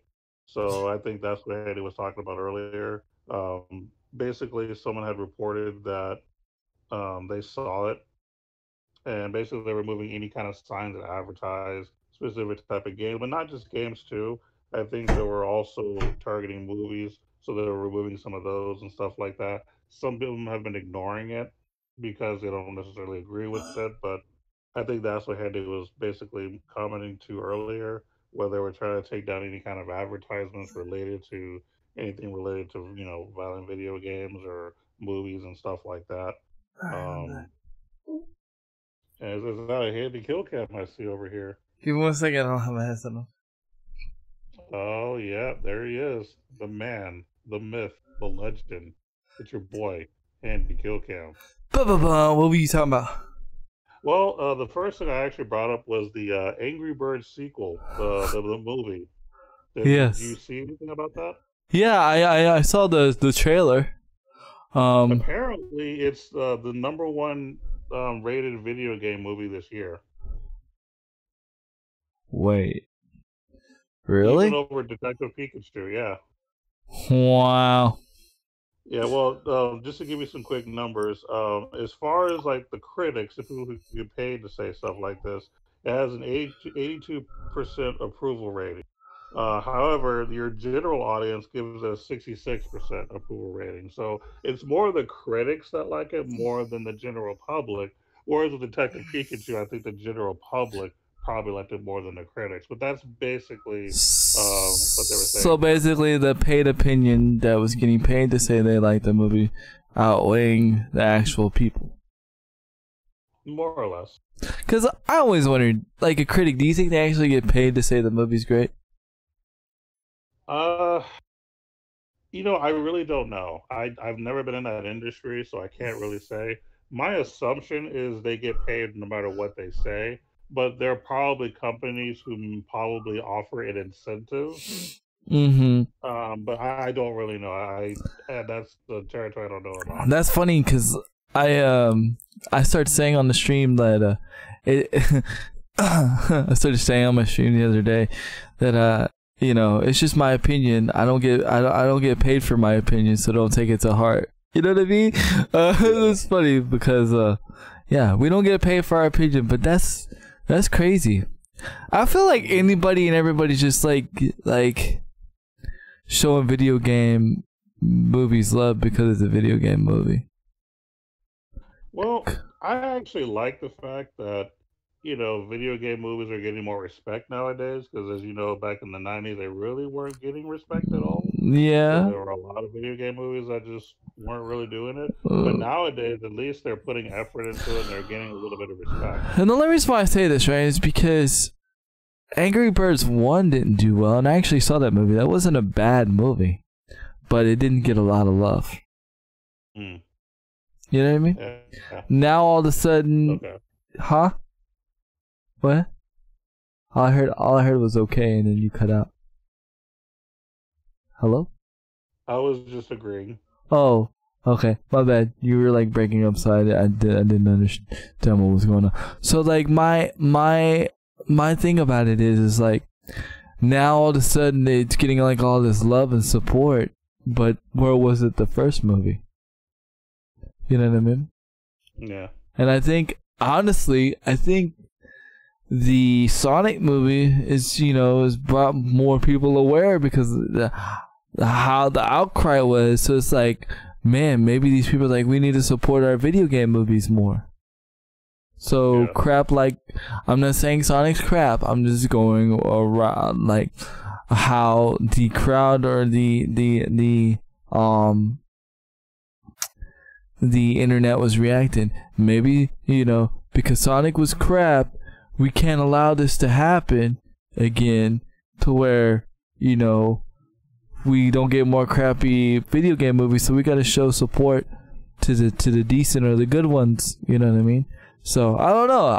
I've just noticed a switch. I don't know. I've just kind of noticed a kind of a switch, like a switch has been turned on recently when it comes to video game movies. Like, I don't know if you've noticed it or if it's just me being weird or not, but it just seems like ever since the whole Sonic fiasco, things have changed. I don't know, because video game movies started becoming good a few years ago. Because when Warcraft came out, that was a pretty popular movie that was, was a thing. And I actually watched that one, and that was pretty good. I saw it in theaters, so they were really. Oh, you actually saw that one in theaters? I watched it. Nice. Yeah, me and my girlfriend and a few friends, we actually saw it in theaters together. Yeah. Nice. I actually watched that one at home, but yeah, no, that was a good movie. Like, there's some movies like you can't ignore. Another good video game movie that I feel like that's underrated, and I recommend you to see it any way you can. Ready Player One. You need to go see that movie. You need to see that movie. It's not in theaters anymore. It's like out. Like, you can get it somewhere somehow. Ready Player One. That's probably like up there with my top 3 gaming movies with like Wreck-It, because I consider Wreck-It Ralph a video game movie. I saw that in theaters too. Yeah. Oh yeah, Wreck-It Ralph's a good one. And also Ralph Breaks the Internet's really good too. The second one, I saw the sequel also. That's another good, like, I wouldn't put Ralph Breaks the Internet the part 2, I wouldn't put that in my top 3, but I put Ralph Breaks the, I put Ralph, in the top 3, and I put Ready Player One in the top 3 as far as video game movies. Like that Yeah, I've never seen Ready Player One, so I'll need to look for that. Yeah, if I can find it for you, I'm gonna find it for you, and yeah, you need to watch that. It's a really good movie. I don't know what else I'd put in my top 3 video game movies, honestly. Well, as much as people like to make fun of it, I thought the original Mortal Kombat movie was actually pretty good. The first one. Yeah, the first one was good. Yeah, I really like the first one more. And I think there was another one too that yeah, I mean, it was what was it? Final Fantasy Advent Children. I thought was pretty good too. Yeah. Oh, out of the Final Fantasy ones, I like the newest one the best. You're talking about Kingsglaive, the newest one? Yeah, the newest one. That's like my. Okay. Yeah, Kingsglaive was actually pretty good too. Yeah, I like that one as well. I don't know like where I put them number wise, but that was pretty good too. Yeah. The Halo movie wasn't that bad either. It was okay. It was kind of cheese, but it wasn't that bad. It was definitely. I don't mind movies that are cheesy because there's a certain I'm not sure what the word is, but there's a certain charm to those kind of movies, especially if they do it right. So something being cheesy is not always a bad thing. So that's okay. But I mean, if the movie was good, it's good. I've never played The Witcher, but there's a series that's on Netflix. That's coming on Netflix. It's based off a video game, off The Witcher 3. They're making a series on Netflix. So yeah. I don't know. I might check it out just because sometimes like watching a show will make me get into a game. Just like watching a streamer makes me want to play a game sometimes. Or there's actually there's a cheesy series that I'm not sure if it's still on Netflix, but that I watched called I think it was called like Video Game. Basically, it was literally a school, like a high school, but you had different classes based on the type of game you played. So if you were an MMORPG player, you'd be in that class. Oh, wow. If you were a first-person shooter, you'd be in that class. So, this is dope. So that was actually kind of fun. I love that series. It is cheesy. I will warn you, it is so cheesy, but I love it. Oh man. There's another movie. I don't know what it was called, but I just watched it because it was I read the details of it. And it was like it was a video game. It was a video game movie, and I was like, oh, I'm watching this because I always give video game movies a chance. Always. Like if you don't give a video game movie a chance, then you really don't love video games. I'm just being honest. That might offend some people, but you always give a video game movie a chance. Like I've probably seen almost every video game movie.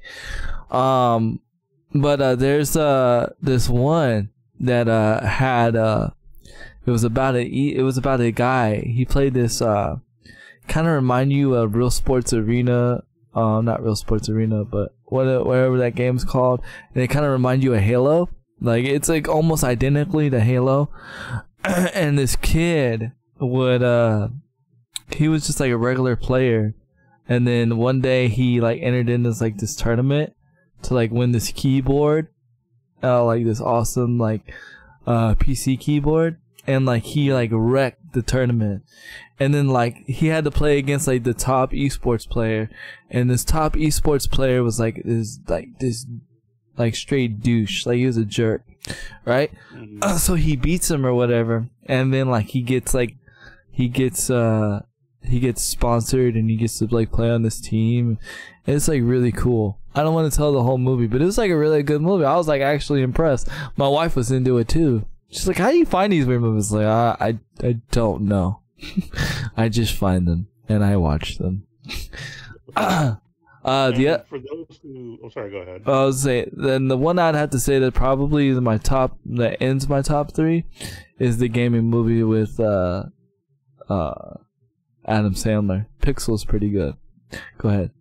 Sorry. Oh, okay. If for those of you who like anime, there are also, certain series that play on video games as well. As a matter of fact, there's one that was recommended to me months ago called High Score Girl. I brought it up on the podcast once a few months ago, but for those of you who are big into, say, Street Fighter or any fighting game in general, but specifically Street Fighter, you should appreciate this, because basically it's a story about these kids who are obviously in school or whatever, and there's a kid that likes to go in the arcade, when he has his, spare free time or whatever. And he's actually a competitive gamer where they actually go to tournaments and stuff. And he meets this girl that he eventually falls in love with, who's also a competitive gamer for Street Fighter and stuff. And they pay a lot of homage to Street Fighter in general that I think is really, really cool. So if you're a fan of Street Fighter and you like a good drama as far as anime is concerned, that's another one that you might want to check out. And then for those of you who like Shadowverse, which is the card game that I play. Wait. You're about to blow my mind, aren't you? Maybe, I don't know. But okay. But Shadowverse or Cygames, the company that makes Shadowverse, has an anime series called Mysteria Friends. Oh. So for those who have played RuneCraft specifically, there is a type of class called I'm sorry, there's a type of subclass called Mysteria. And they're basically different cards that all work together. It's really, really cool and fun. I actually love playing. Oh, I thought you were about to tell me. I thought you were about to tell me there's a Shadowverse series. I was about to. No, not specifically Shadowverse. Oh, I was about to get excited. No. I'll let you know. That'd be a good idea, though. There needs to be something like in the anime space, as far as like series wise, to compete against Yu-Gi-Oh. There's nothing. Yeah. Because Yu-Gi-Oh is actually coming out with a new series 2020. Did you know that? Okay. Yeah. Well, there is something coming out that will rival it. I'll talk about that here in a second. Nice.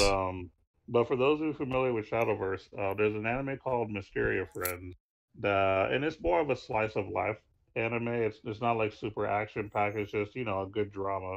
But for those of you who really are into the Mysteria characters in the game, well, there's an anime based off of them in the school they go to and everything like that. So if you want something kind of low pace and chill, that's a good one to watch too. But to answer your Yu-Gi-Oh scenario, I actually brought this up a few months ago on the podcast, but Wizards of the Coast is actually working on a Magic the Gathering series. Yeah, you said that. I remember. It's going to be based off of the Planeswalkers. So for those who don't know, Wizards of the Coast has a card game called Magic the Gathering. It's basically the oldest and probably the biggest card game out there for physical card games. Yeah. But yeah, I did see an article months ago that confirmed that there is an actual Magic the Gathering series that's currently being worked on. It's not out yet. They don't have a date or anything specific, but it is coming out there, and it's based off of the Planeswalkers, who are basically they're special cards that do all kinds of broken stuff. That's the best way that I can tell you. But each of them are characters, so they're Yeah. using those characters to have their own fights and drama and all that kind of stuff. I'm really hyped for that when it drops. I really want that to come out as soon as it can and be good. Speaking of anime series, there's a fan of Overwatch. He's like an anime series creator or something like that, and he's gonna be making his own I think it's gonna be called Fantasy Watch or something like that. But it's gonna be based off Overwatch characters. Because if anybody knows, like anytime they release like a new lore of a character or anything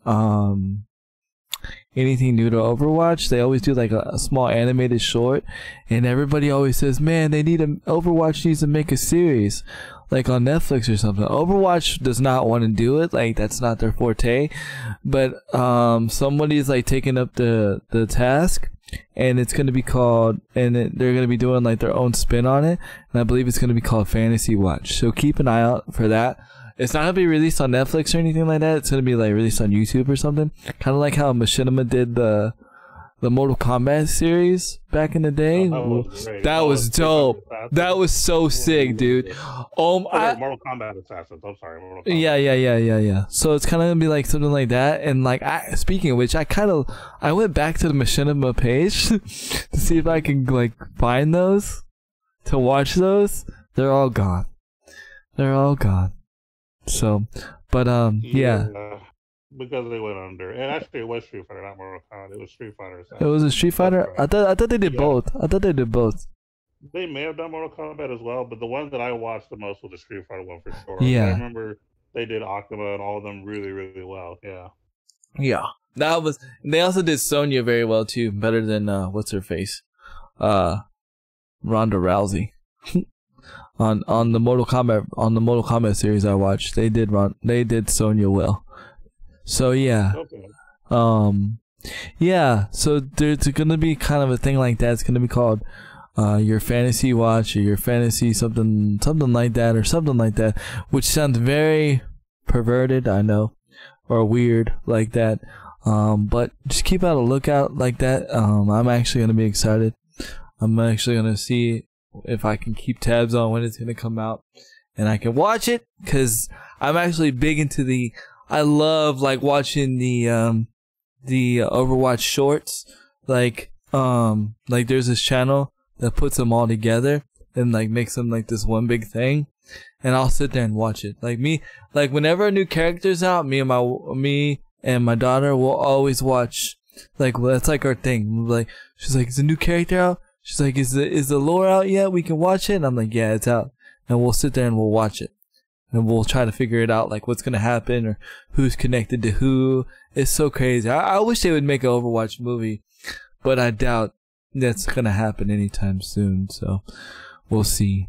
But yeah, man, it's crazy. It's pretty cool how gaming has transformed into like movies and everything. Yeah, So it's pretty different dope. series. It's a good thing. Yeah, it really is. Yep. We live in a good time. Yeah, we do. Video games. Yeah, we really do. Especially for those of us who grew up, born in the '80s, raised in the '90s, kind of a thing. We got to see Nintendo, Atari, and then PlayStation, Sega, and everything. We got to see it almost from the very beginning up until now, where it's become. Right. That's amazing. It's huge. It is huge. I kind of wish I wasn't old. Like, I'm not old, but I wish I didn't have like sometimes I had adult responsibilities, or I could just totally just focus on gaming. You know what I mean? You know what I mean? Like if I was 18 now, oh son, and we were having like the house, your house, and hanging out at your house and doing like what we were doing now, but like on Twitch. Oh, son, let me tell you what, we could be broadcasting our tournaments, all kinds of things. It'd have been sick, dude. But it wasn't our time then. Now it is. Nope. Now it is. It's crazy because now even like Call of Duty is getting franchised, and each each state is getting like their own Call of Duty team. Oh. Yeah.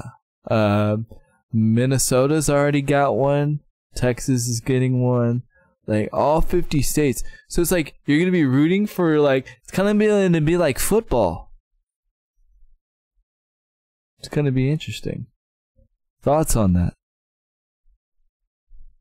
Hello, McFly. I think Sorry, technical difficulties. It's okay. But I think it's cool. It would be nice to have the NFL, but for video games, right? In the States, that would be really cool. Right. I like that idea. And Overwatch is kind of doing that already, but like they're kind of doing that like in a world, from a world standpoint. Like they're like if you think about it, like, and this I'm just using a sports analogy. So like Overwatch is like your soccer, because different countries. And Call of Duty is gonna be like your football, with also your European football, because for those that don't know, I mean sometimes the NFL does go play in France and England, like not New England but actual England, stuff like that. So you got the EFL too. So I don't know. I think it's kind of cool. I mean, it sucks that like a lot of the culture of Call of Duty is going away. Like you're not gonna have the open bracket teams anymore. And if you don't know what that means, if you live under a rock, it doesn't know what that means. Basically, it's like you could be a homegrown team. Like say for instance, I could have created my team that I wanted to create last year, and we could have competed and we could have been on the main stage. Now you can't do that. There's no open entries anymore. You have to have a franchise.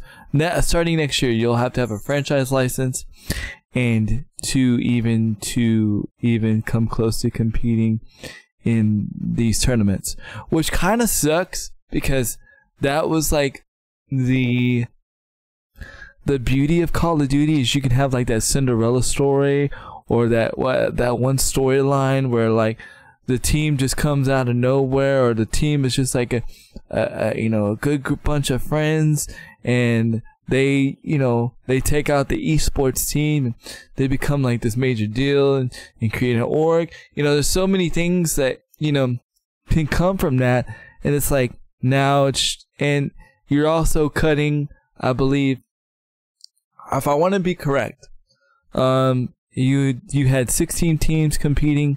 Now you have 12, and so it's gonna be a change, but I'm excited for change, just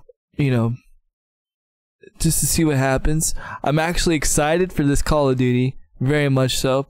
It has been announced that in 2020, because a lot of people are saying there wasn't going to be no battle royale.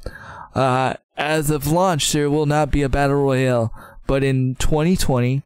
There will be a free to play battle royale of this Call of Duty Modern Warfare.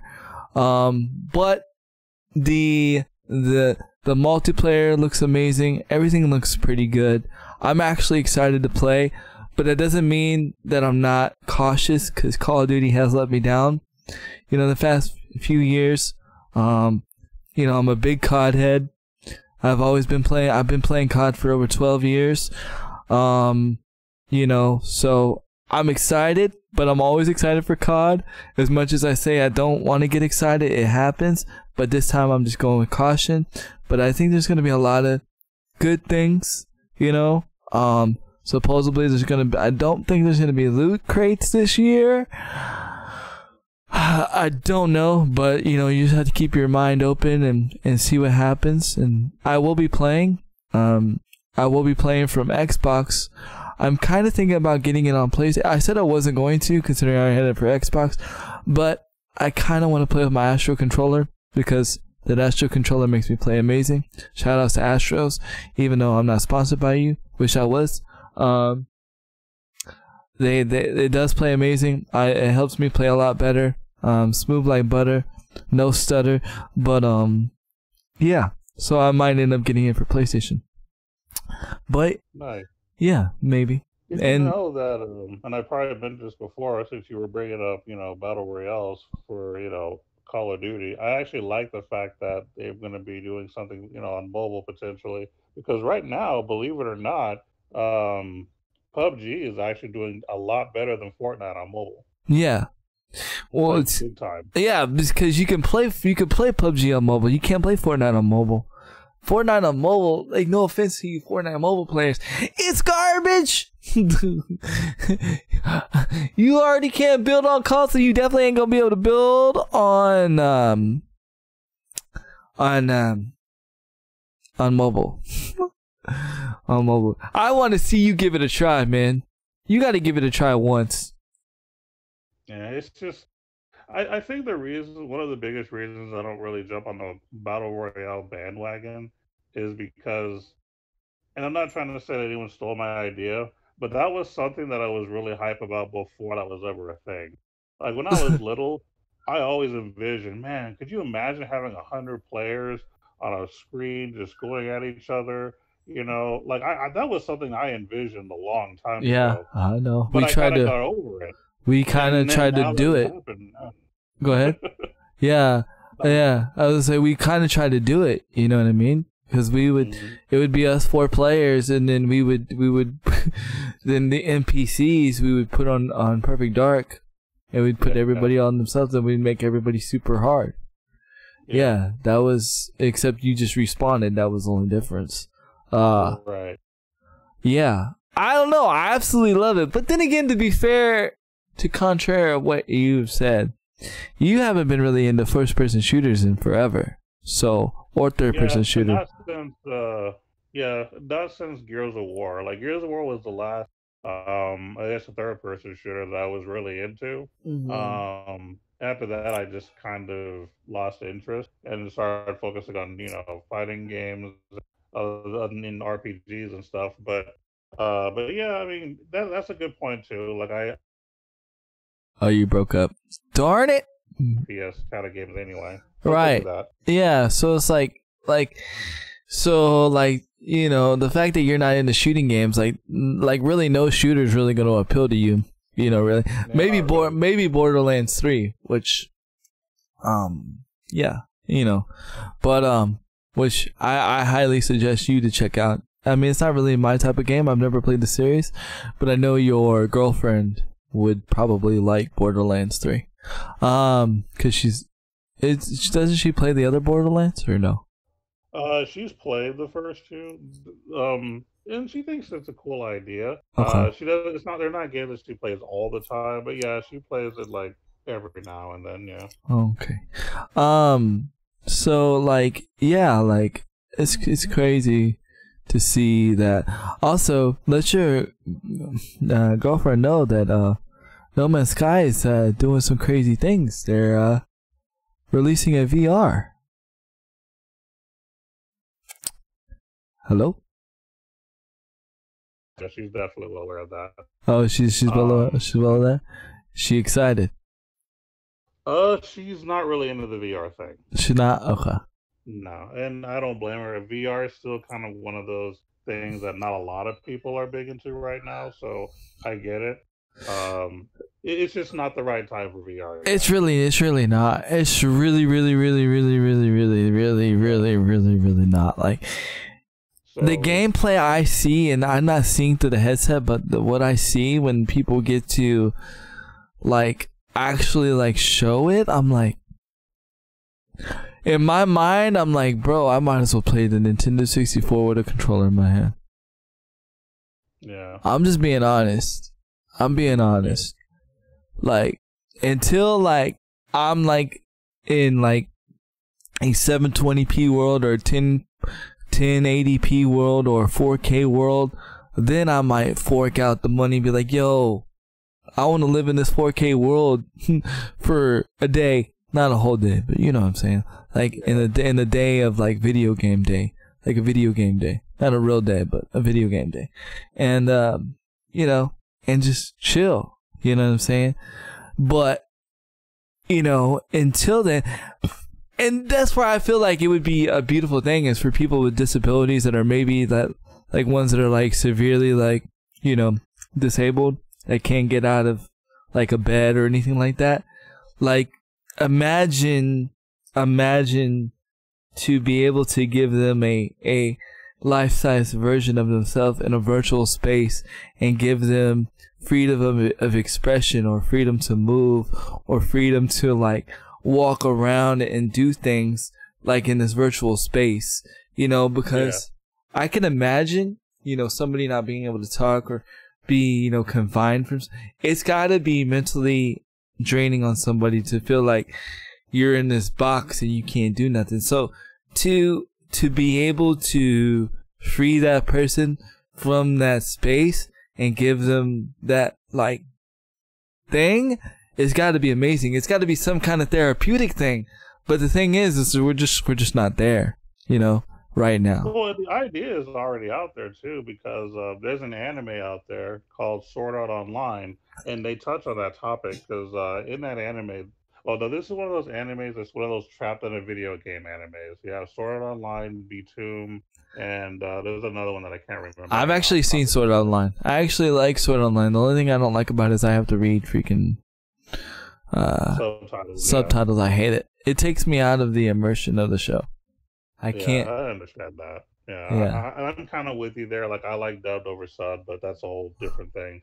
But yeah, in Sword Art Online, it does touch at a certain part of the series where there is someone who does have a disability who plays the game, so that they can actually kind of understand what it's like to actually be able to, you know, walk and interact and do all the kinds of stuff. So they do touch on that idea even in anime right now. So I mean, the idea is there. It just hasn't been physically pushed out yet. Right. The right person hasn't came up with the idea. Well, I mean, hasn't put the. I won't say came up with the right idea. Hasn't put the idea in motion, because anybody can come up with an idea, but you have to be willing to put the idea in motion. You know, same thing with this whole, the thing that I want to do with the whole Fortnite, you know, special, or the accessibility tournament. Like, I've realized that I'm not going to be able to do it on Fortnite, because I can't wait on Fortnite to, you know, meet my needs, because I'm not a big enough voice in the space for them to be like, okay, we'll turn on spectator in, you know, in custom lobbies. Okay, we'll make custom lobbies to actually be a custom lobby. Like, Fortnite don't care what I gotta say, right? So what I've decided to do, and I've already announced this, when Modern Warfare comes out, I'm going to do the accessible tournament there, because they already have private lobbies. You're already able to do custom lobbies. The custom lobbies, me and you are like, it's like we know how to do that stuff, because me and you have been doing custom lobbies like this for a long time with me and you and our friends. And what I mean is, you can make them proximity mines only, so forth and so forth. You know what I'm saying? So I'd be able to do the things that I want to do for the accessibility tournament, and on top of that, I'd be able to spectate and cast it the way I want to, because I've already said, you know, when I do an accessibility tournament for, you know, first person shooters, I don't want to be in the tournament. I want to cast the tournament. For one, I don't use any accessibility equipment. I use anything else and what everybody else uses. So to me, that's not practically fair, because it's an accessibility tournament. The people that I want to reach out are the people that use the Xbox adaptive controllers or switches or anything like that. Like, I want to give them a platform for them to shine and rise above and become that pro player that they wanted to be, and maybe possibly they couldn't be able to be that pro player because you know, tournaments don't allow adaptive equipment, or some players may feel adaptive equipment, it gives an advantage or a cheating advantage. So that's what I want to do. So when this comes about, like, I just want to just cast and spectate and be the hype man. You know, I don't want to play. I'm not trying to be a pro player. Now, of course, whatever, somebody want to sponsor me and I become a pro player, that's different. But I don't want to become a pro player from this experience. My experience is to give my goal for this experience is to give it to somebody, is to give somebody else a spotlight that may necessarily not be able to get a spotlight because they want to be a pro player and they just don't have the right platform. So my goal is to give them that platform. Now, and that's exactly what I'm saying, is a lot of people will have an idea, but they don't push on it. So, you know, right, like you said, the idea is there, but not the right person has been there to actually act on that idea to give the person with the disability that kind of space to do that. Because I feel like that'd be like a lot of because a lot of people that I've noticed that are like, you know, they battle, you know, people that deal with their disability and they may be confined in a chair or a bed or whatever. They deal with a lot of depression and they feel like they don't have a purpose and all these things. And maybe if VR was to do this properly and do this in the right time, in the right section, and do everything and place it all, maybe, just maybe, we can give those people that purpose. You know what I'm saying? And it would be therapeutic. You know what I'm saying? In so many levels. It would be in so many levels, it would be amazing. So I'm just hoping that, you know, whoever, you know, handles VR is not my forte, but whoever does, they do that properly in the right time, in the right space. So we'll see what happens. We'll see what happens, man. See what happens. I'm excited to do this Modern Warfare tournament thing, though. I'm excited. It's unfortunately Fortnite has failed me, but I haven't really played Fortnite since the bad update. It was a pretty bad update. Season 10 update was not the greatest, in my opinion. They put robots in the game, big huge robots in the game, like Power Ranger mechs in the game. Yes, pretty much. And you need 2 people to control the machine. So even if you're in a solo match, you still need 2 people to control the machine, or you have to switch seats. So in a lot of ways, this promotes teaming in a lot of ways. And for some reason, the mechs have made it where it bugs out the game. Like, the game does not like it. Like, you can do so many weird glitches with this mech. It is ridiculous, whatever you want to call it. And it just makes Fortnite, I mean, unless you're in the right lobby, sometimes it can make Fortnite unenjoyable. And the crazy thing is they put it in ranked play. So you're having to deal with this situation in ranked play. So it's kind of crazy. I honestly have not played Fortnite since the first day the update dropped. I have not played. Not impressed. It's not that I'm not impressed. Like, I enjoy the mech when I'm in it, but the problem is it's just not properly balanced. Like, I'm even fine that you have to promote teaming, even though I strongly disagree with that. Like, the fact that the mech actually breaks the game where you can go through, like, you can go off the map or be invisible, or, you know, just do some weird janky stuff, that needs to be fixed, you know. Now, granted, there was an update yesterday. I mean, there must have been, yesterday must have been Update Tuesday, because there was like an update for everything. I even had another update for my PC. So yesterday must have been Update Tuesday, because everything had an update. Even Call of Duty had an update yesterday. So I have not played Fortnite since that update, but I have not been impressed. I have not been impressed with that update. Not saying that it's bad or it's broken the game. I understand some people like it and some people enjoy it. It's just not for me. It's just not for me. It's not something I enjoy. You think I would, because you think I would like, at first, you know, that it's cool to be like a Power Ranger, you know? But the fact that it has these certain qualities that just makes the game not fun, I don't enjoy it. So I've been playing other games.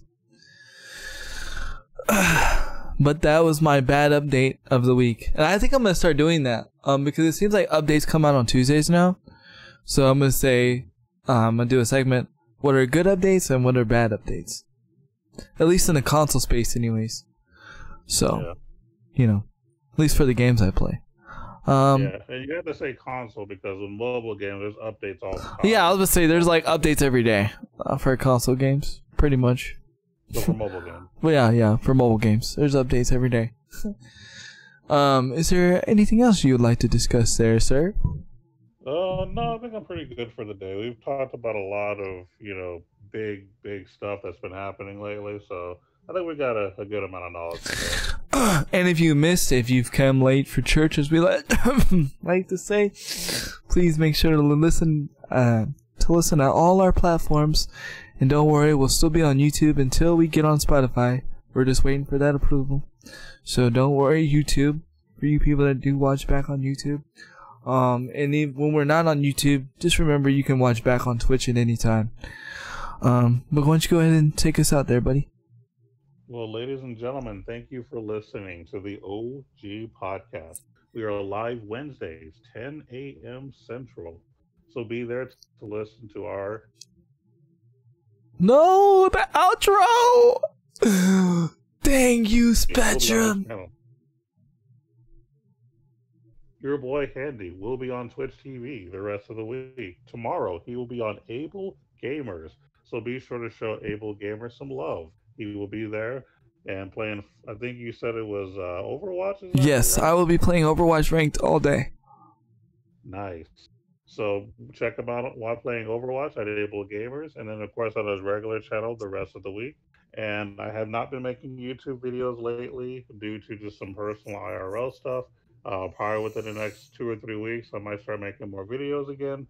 But until then, you can check out my older stuff at OG Krugsta on YouTube. So just look me up. Just check out my old stuff for now. But until then, we'll be back next week for more discussions on video game topics. So you guys take care. Keep gaming, y'all. Keep gaming, y'all.